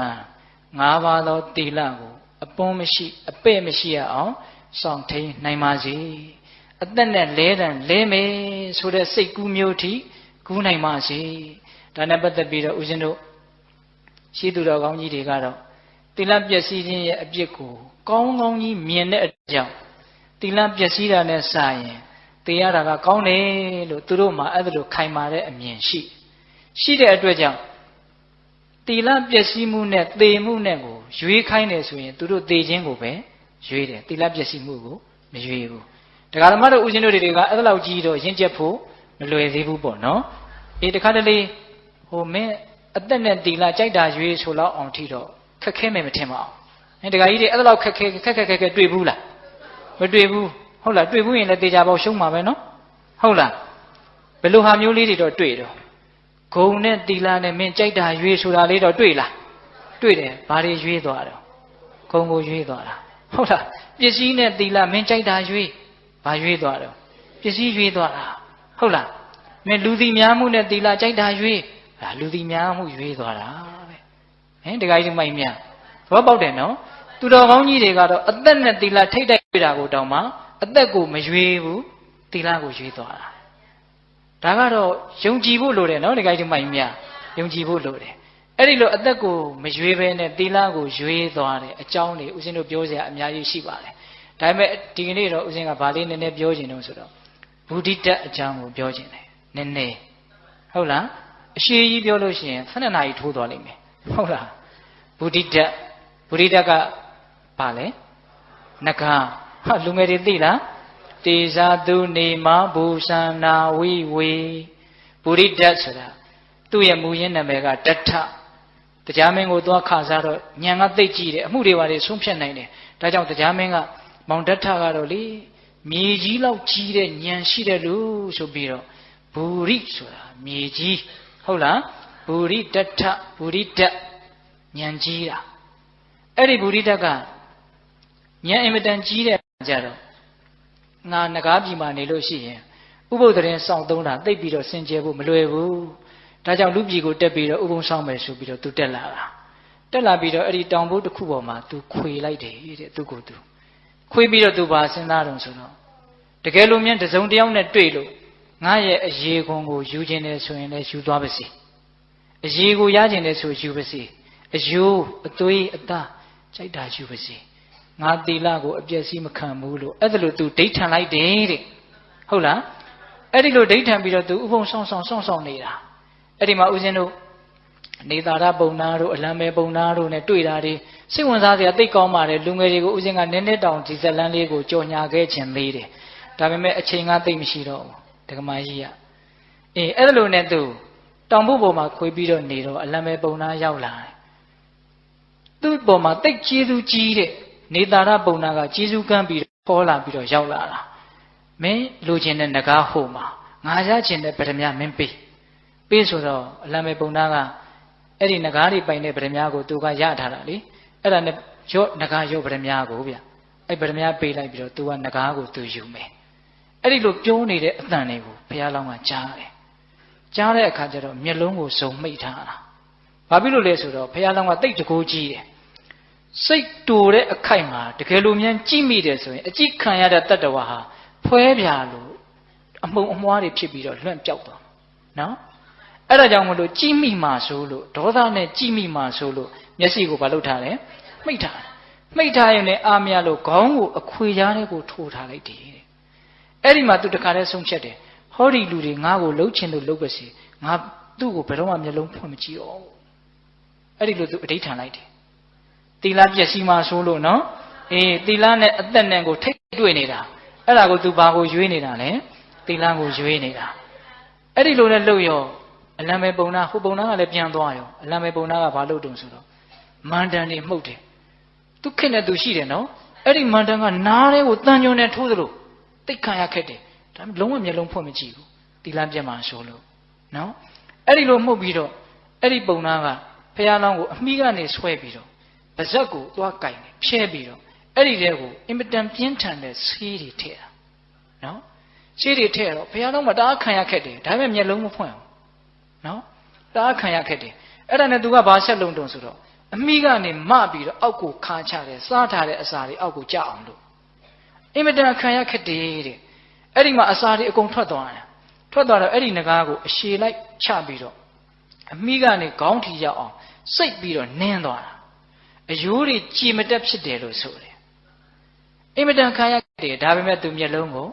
ဖွင့်မကြည့်ဘူးအဲ့ဒါနဲ့သူ့တစ်ကိုယ်လုံးပြော့ဖတ်ပြီးတော့ဘာအားမှမရှိတော့ဘူးအဲ့ဒီဟာကိုဆက်ပြီးတော့ပစိုးများကိုဖွတ်တယ်လို့တဲ့အဲ့ဒီငကားကိုတခါတည်းဖွတ်ချအဲ့ဒါကိုလည်းသူလုံးဝသီးခံပြီးတော့နေတယ်မျက်လုံးမဖွင့်ဘူးအဲ့ဒီချိန်ဒေါသဆိုတာကတားထားလို့လွယ်ချင်မှလွယ်မှာလေတကယ်လို့ကြီးမိတယ်ဆိုရင်ဒီသက်တော်ကပျက်စီးတော့မှာအဲ့ဒါကြောင့်မလို့သူသီလပြတ်မှာဆိုလို့မျက်လုံးကိုဖွင့်မကြည့်ဘူးအဲ့ဒီလိုလည်းဖြစ်ပြီဆိုတော့မှအဲ့ဒီပုံနာကသူ့ရဲ့ပချုပ်သေးကိုခွေပြီးတော့ထည့်တယ်မဆန့်တဲ့အခါကျတော့ဖနှောက်နဲ့အောက်ကိုကြိတ်ချပြီးတော့အပေါက်ကိုပိတ်တယ်တဲ့ပိတ်သွားပြီးတော့အဲ့ဒါထမ်းပြီးတော့သူကဂရိအစကပေးလိုက်တယ်အလံပဲပြလို့1000ရရင်မင်းကိုလွတ်မယ်အဲ့တော့ဘုရားလောင်းကဟုတ်ပြီ1000ရအောင်မြန်မြန်ရှာမှဖြစ်မယ်ဆိုရွာတရားရောက်ပြီဆိုတော့အလံပဲစပြတယ်အပြင်းထောင်ကြီးသေးသေးစေခေါင်း10လုံးဖြစ်စေ9လုံးဖြစ်စေနှစ်နဂါးဆိုတော့အကုန်လုံးပြတယ်လူတွေကမျက်ရည်တွေတောင်ကျတယ်အော်လုံးလို့ဝမ်းသာလုံးလို့သဘောကျလို့အသမြ1000ကတခါတည်းနဲ့ရတယ်ဒါပေမဲ့လောဘသိတ်ကြည့်တာဆိုတော့ပုံနာကမလွတ်ဘူးအဲ့ဒါသူ့ကိုဒီတိုင်းပြနေတာအဲ့ဒါဖះလောင်းကလည်းပဲအဲ့ဒီပုံနာကိုအမျက်ဒေါသနဲ့တခါမှမကြည့်ဘူးနော်တခါကြီးသူမိုင်မြဘာအတွက်သူစောင့်စည်းနေတာလဲသီလအတွက်သူစောင့်စည်းနေတာဟုတ်လားအေးအဲ့ဒါလို့သူစွန့်လွတ်ပြီးတော့ဒီသီလကိုစောင့်ထိန်ခဲ့တာနောက်ဆုံးတော့သူ့ရဲ့နှမတွေညီတွေနဲ့တွေ့ပြီးတော့ဟိုဇလန်းကတော့ကောင်းကောင်းလေးသိမ့်သွားတာပေါ့လေဒါပေမဲ့ तू ခံခဲ့ရတာသူ့ရဲ့စွန့်စားကံဒီသီလဒီဟုသောယရနာရဖို့အတွက်သူ့ရဲ့စွန့်စားကံကတော့တကယ်ကိုကြောက်ခမန်းလေးလေးအံ့ဩစရာမကောင်းဘူးလားကောင်းတယ်ဇတ်တော်တွေထဲမှာအဲ့လိုအများကြီးရှိပါတယ်ဟိုဒီကနေ့ခေတ်မှာလည်းပဲအများကြီးရှိပါတယ်ဒါကတော့ကြုံဘူးတဲ့လူတွေလည်းရှိမှာပါပဲဟုတ်လားကဲထားပါတော့ဒါကြောင့်သီလရဲ့တန်ဖိုးကိုသိရင်သိသလောက်အသက်စွန့်သည့်အထိသူတော်ကောင်းကြီးတွေဟာဝင်မလေးဘူးလို့နားလည်ပြီးတော့တရားဓမ္မတို့ဥရှင်တို့တွေဟာလည်းပဲစမရီသားကောင်ဟာသူ့ရဲ့အမိကိုစောင့်ရှောက်တလူမျိုးမိမိရဲ့သီလကိုမပြည့်စည်အောင်စောင့်ရှောက်ရမယ်ကာကွယ်ရမယ်ဟုတ်ရဲ့လားအေးဒါကတော့ဥရှင်တို့သီလပါရမီနဲ့ပတ်သက်ပြီးတော့ပြောလိုက်တာဥရှင်တို့ဏိဂုံးကျုပ်ဏိဂုံးပိုင်းကိုရောက်လာပြီနော်အဲ့ဒီဏိဂုံးပိုင်းကဘာကိုပြောမှလဲဆိုတော့မှတ်မိသေးလားအယုတ်အလံအမျက်ကိုပြောပြမှာအဲ့ဒါကဥစဉ်တို့နောက်ဆက်ပြောမဲ့ပါရမီတွေနဲ့လည်းပဲဆိုင်တယ်ဟုတ်လားပါရမီကောင်းမှုတစ်ခုဘယ်လိုလုံးမှဖြစ်မှာလဲပေးတိုင်းဒါနပါရမီဖြစ်သလားသီလဆောက်တည်တိုင်းသီလပါရမီဖြစ်သလားတချို့သီလတွေကသီလသာဖြစ်တယ်သီလပါရမီမဖြစ်ဘူးတချို့ဒါနတွေကဒါနသာဖြစ်တယ်ဒါနပါရမီမဖြစ်ဘူးပါရမီမမြောက်သောကုသိုလ်သည်တန်တရားခရီးခဲမှာခဏလေးကုန်သွားတာနော်ကုန်သွားတဲ့အတွက်ကြောင့်နိဗ္ဗာန်ကို तू မရနိုင်ပါရမီမြောက်သောဒါနပါရမီမြောက်သောသီလသီသာလျင်အမတေဓာတ်တည်နေတဲ့အတွက်ကြောင့်နော်တတ္တိလေးကိန်းနေတဲ့အတွက်ကြောင့်နိဗ္ဗာန်အကျိုးမပေးရမချင်းနိဗ္ဗာန်ရအောင်မဆောင်မကျင်းရမချင်းအဲ့ဒီကောင်းမှုဟာမပြတ်ဘူးဟုတ်လားဒါကြောင့်ဒါနပဲဖြစ်ဖြစ်သီလပဲဖြစ်ဖြစ်ဘယ်ကောင်းမှုပဲဖြစ်ဖြစ်အယုတ်အလံအမျက်ဆိုတာရှိဟုတ်လားအဲ့ဒါကိုနားလည်ဖို့လိုတယ်နော်အေးဒါဦးဇင်းတို့နောက်ပါရမီတွေအတွက်လည်းပဲဦးဇင်းတို့ရည်ရွယ်ပြီးတော့ဒါပြောရမှာပေါ့ဟုတ်လားအေးဒါကတော့ပါရမီတိုင်းမှာဒီဦးဇင်းတို့ဒီအဆုံးအမလေးကမေ့ပြလို့မရအဲ့ဒီမှာဦးဇင်းတို့ဒါကတော့အထက်ကရာဆရာကြီးတွေရဲ့အဖွင့်ပေါ့ဟုတ်လားပထမဦးဆုံးအယုတ်ဆိုတာကိုဘယ်လိုပြောတုံးဆိုတော့ယတကာမတာယအကျော်စောကိုလိုလားသော ပြန်ပိုတိတံဖြစ်စေအပ်သည်ရှိသောဟိနံအယုတ်တိကောင်းမှုတစ်ခုခုပြုတယ်ဒါနပဲဖြစ်ဖြစ်သီလပဲဖြစ်ဖြစ်လှုပ်လိုက်တယ်ကြော်စောမှုလူသိထင်ရှားမှုကိုရချင်တဲ့စိတ်နဲ့လုပ်မယ်ဆိုရင်အဲ့ဒါအယုတ်ပဲတဲ့သဘောပေါက်တယ်နော်လူတဲ့သီလဆောက်တည်တယ်သူများသိဖို့နော်သူများသိဖို့ဆိုတဲ့စိတ်နဲ့လုပ်မယ်ဆိုရင်အယုတ်ပဲတဲ့နော်အလက်ထဲတောင်မပါရှာဘူးနော်အေးနောက်အလက်ကဘာပြောတုံဆိုတော့အလက်ကဘာပြောတုံဆိုတော့ပုံညဖလကာမတာယကုသိုလ်ကောင်းမှုရဲ့အကျိုးကိုလိုလားပြီးတော့ပိုးတိတံဖြစ်စေအပ်သည်ရှိသောမစ္စည်းမအလတ်ဒီတဲ့ကုသိုလ်ကောင်းမှုငါပြုပြီးပြီဒီကုသိုလ်ကောင်းမှုကြောင့်ငါဖြစ်လျာတန်တရားမှာတော့ဟာငါတော်တော်ကိုထွန်းထွန်းတောက်တောက်ဖြစ်မှာပဲတော်တော်ကိုကောင်းမှာပဲလို့ကုသိုလ်ရဲ့အကျိုးကိုလိုလားတဲ့စိတ်နဲ့ပြုမယ်ဆိုရင်လက်ပဲတဲ့ဟုတ်လားသူလည်းပါရမီမမြောက်ဘူးဗျနော်ဒါပေမဲ့ကုသိုလ်ရဲ့အကျိုးကိုသိတယ်ဆိုရင်ပညာဖြစ်တယ်ကုသိုလ်ရဲ့အကျိုးကိုယုံတယ်ဆိုရင်တတ္ထာဖြစ်တယ်သို့တော့ကုသိုလ်ရဲ့အကျိုးကိုလိုချင်တယ်ဆိုရင်တော့လောဘဖြစ်တယ်ဒါလေးသုံးခုကိုနားလည်ဖို့လိုတယ်နော်ကုသိုလ်ပြုတဲ့အချိန်မှာကုသိုလ်ရဲ့အကျိုးကိုသိတယ်ကောင်းတာလုပ်ရင်ကောင်းတာဖြစ်တယ်လို့သိတယ်ဆိုရင်အဲ့ဒါပါလေပညာသမာဓိဋ္ဌိမျက်နှိုးစရာကောင်းတယ်တော့ဒါရှိရမယ်ကုသိုလ်လောက်ခဏီမှာငါကောင်းတာလုပ်တယ်ကောင်းတာဖြစ်မှာပဲလို့ယုံကြည်တယ်ဆိုရင်တတ္တတရားကုသိုလ်ပြုတယ်ကောင်းတာတွေရမယ်အဲ့ဒီကောင်းတာတွေကိုငါသိမမောတာပဲရကျင်တယ်ဆိုရင်တော့လောဘဖြစ်တယ်ဟုတ်လားတခါကြီးမိုင်မြအဲ့ဒီလောဘပါတဲ့အတွက်ကြောင့်ဒီကုသိုလ်ဟာအလက်ဖြစ်ရတယ်ဟုတ်လားအမျက်ဆိုတာကြတော့ဘယ်လိုမှဖြစ်မှာတော့ဆိုတော့ဣဒံဤယမှုတိကကတ္တဗံဧဝပြုသင်ပြုတိုင်းသောအမှုပေသည်ဣတိဤသို့စဉ်းစားပြီးတော့အရိယာဘာဝံအရိယာတို့ရဲ့သဘောတဘာဝအလေးအကျင့်ကိုနှိမ့်သားရအမိပြု၍ပိုတိတံဖြစ်စေအပ်သည်ရှိသောပဏိတံအမျက်ဒီဟောဒီအလုတ်ကတော့ကောင်းတဲ့အလုတ်မို့လုတ်တာဟိကောင်းတဲ့အလုတ်မို့လို့ကိုလုတ်တာဟုတ်လားဣဒံဤအမှုဒီကကတ္တဗံဧဝလုတ်တင်လုတ်ထိုက်သောအမှုပေသည်ဣတိဤသို့စဉ်းစားပြီးတော့အရိယာဘာဝံမြင့်မြတ်စင်ကြဲတဲ့အရိယာတို့ရဲ့သဘောတဘာဝအလေးအကျင့်ဟု၍နေသားရအမိပြု၍ပိုတိတံဖြစ်စေအပ်သည်ရှိသောပဏိတံအမျက်ဒီရှေးသူတော်ကောင်းအရိယာကြီးတွေဖရာအစရှိတဲ့အရိယာသူတော်ကောင်းကြီးတွေလှုပ်သွားတဲ့အလုတ်တကယ်ကိုနိဗ္ဗာန်ရစေနိုင်တဲ့အလုတ်လှုပ်တဲ့လှုပ်ထိုက်တဲ့အလုတ်သူများအကျိုးရှိကိုအကျိုးရှိတဲ့အလုတ်မို့လို့လှုပ်တာလို့အဲ့ဒီလိုစိတ်ကူးနဲ့လှုပ်မယ်ဆိုရင်အဲ့ဒါပါလေအမြတ်တဲ့အဲ့ဒါပါရမီထိုက်တယ်နော်တခါကြီးမိုင်များကိုယ်ရှိစစ်နေမယ်ကုသိုလ်ကောင်းမှုရဲ့အကျိုးကိုလိုလားနေမယ်ဆိုလို့ရှိရင်အဲ့ဒါပါရမီမထိုက်ဘူးဒါနတော့ဖြစ်တယ်သီလလည်းဖြစ်တယ်ထိုက်တဲ့အကျိုးတွေလည်းရမှာပဲနော်ထိုက်တဲ့အကျိုးတွေလည်းရမှာပဲနော်အေးရလာရင်စောစောတုန်းကတရားအလယ်လောက်မှာဥစဉ်ပြောခဲ့တယ်တဏှာနဲ့တွဲပြီးတော့လုပ်ပြီးဆိုရင်ရလာတဲ့စည်းစိမ်တွေကိုစွန့်ဖို့အင်မတန်ခဲရင်းတယ်အဲ့ဒီကြရင်အခက်တွေ့မှာမနေ့ပြန်ပါဥစဉ်တို့အဲ့ဒါကိုပယ်ပယ်နေနေပြောပြမယ်ရအောင်လုပ်ဖို့လွယ်ပါတယ်စွန့်ဖို့ကြတော့သိပ်ပြီးတော့ခက်လိမ့်မယ်ဟုတ်ရဲ့လားတခါကြီးမိုင်မြနော်အေးအဲ့ဒီတော့ပဏိတမြင့်မြတ်တဲ့ပါရမီထိုက်တဲ့ကုသိုလ်ဖြစ်ဖို့အတွက်ဒါဟာသူတော်ကောင်းတို့ရဲ့လမ်းစဉ်လှုပ်တဲ့လှုပ်ထိုက်တဲ့အလုပ်ဖြစ်တယ်ဒါကြောင့်ငါလှုပ်တာဆိုပြီးတော့မျောလင်းချက်တွေလောဘတွေမကပ်ဖဲနဲ့စောစောကအကျော်စောကိုလိုလားတဲ့စိတ်ဆိုတာလောက်ကတော့သူ့မှာဘာမှကိုမရှိဘူးပေါ့နော်အေးအဲ့ဒီအဆင့်ကတော့တော်တော်ကြီးကိုနှိမ့်တဲ့အဆင့်ပေါ့ဟုတ်လားအဲ့ဒါကတော့ဘဝတံပတ္တိဘောဂတံပတ္တိဆိုတဲ့တန်တရားတွင်ချမ်းသာကိုတောင်မပေးနိုင်ပါဘူးဟုတ်လားအေးထားတော့အဲ့ဒီတော့ဦးဇင်းတို့အယုတ်အလက်အမြတ်ကိုလည်းခွဲလို့ပြီးသွားပြီနော်အကျော်စောကိုလူသိထင်ရှားမှုကိုလိုချင်လို့လုပ်တယ်ဆိုရင်တော့အယုတ်ကုသိုလ်ကောင်းမှုရဲ့အကျိုးကိုလိုချင်လို့လုပ်တယ်ဆိုရင်တော့အလတ်ဒီနှစ်ခုလုံးပါရမီမထိုက်ဘူးဟုတ်လားအရိယာသူတော်ကောင်းကြီးတွေရဲ့သဘောတဘာဝပဲလှုပ်တဲ့လှုပ်ထိုက်တဲ့အလုပ်ပဲတန်တရားဝုတ်ကလွတ်လို့တဲ့ပုံကိုယ်တွေဒီလိုလုပ်ရမှာလို့သိပြီးတော့လှုပ်တဲ့လှုပ်ထိုက်လို့ကိုလှုပ်တာဆိုပြီးတော့လုပ်မယ်ဆိုရင်တော့ပါရမီကုသိုလ်ဖြစ်ပါပြီဟုတ်ရဲ့လားဒါကြောင့်ဒါနကိုလည်းပဲပါရမီထိုက်အောင်လုပ်နိုင်ကြပါစေသီလကိုလည်းပဲပါရမီထိုက်အောင်လုပ်နိုင်ကြပါစေ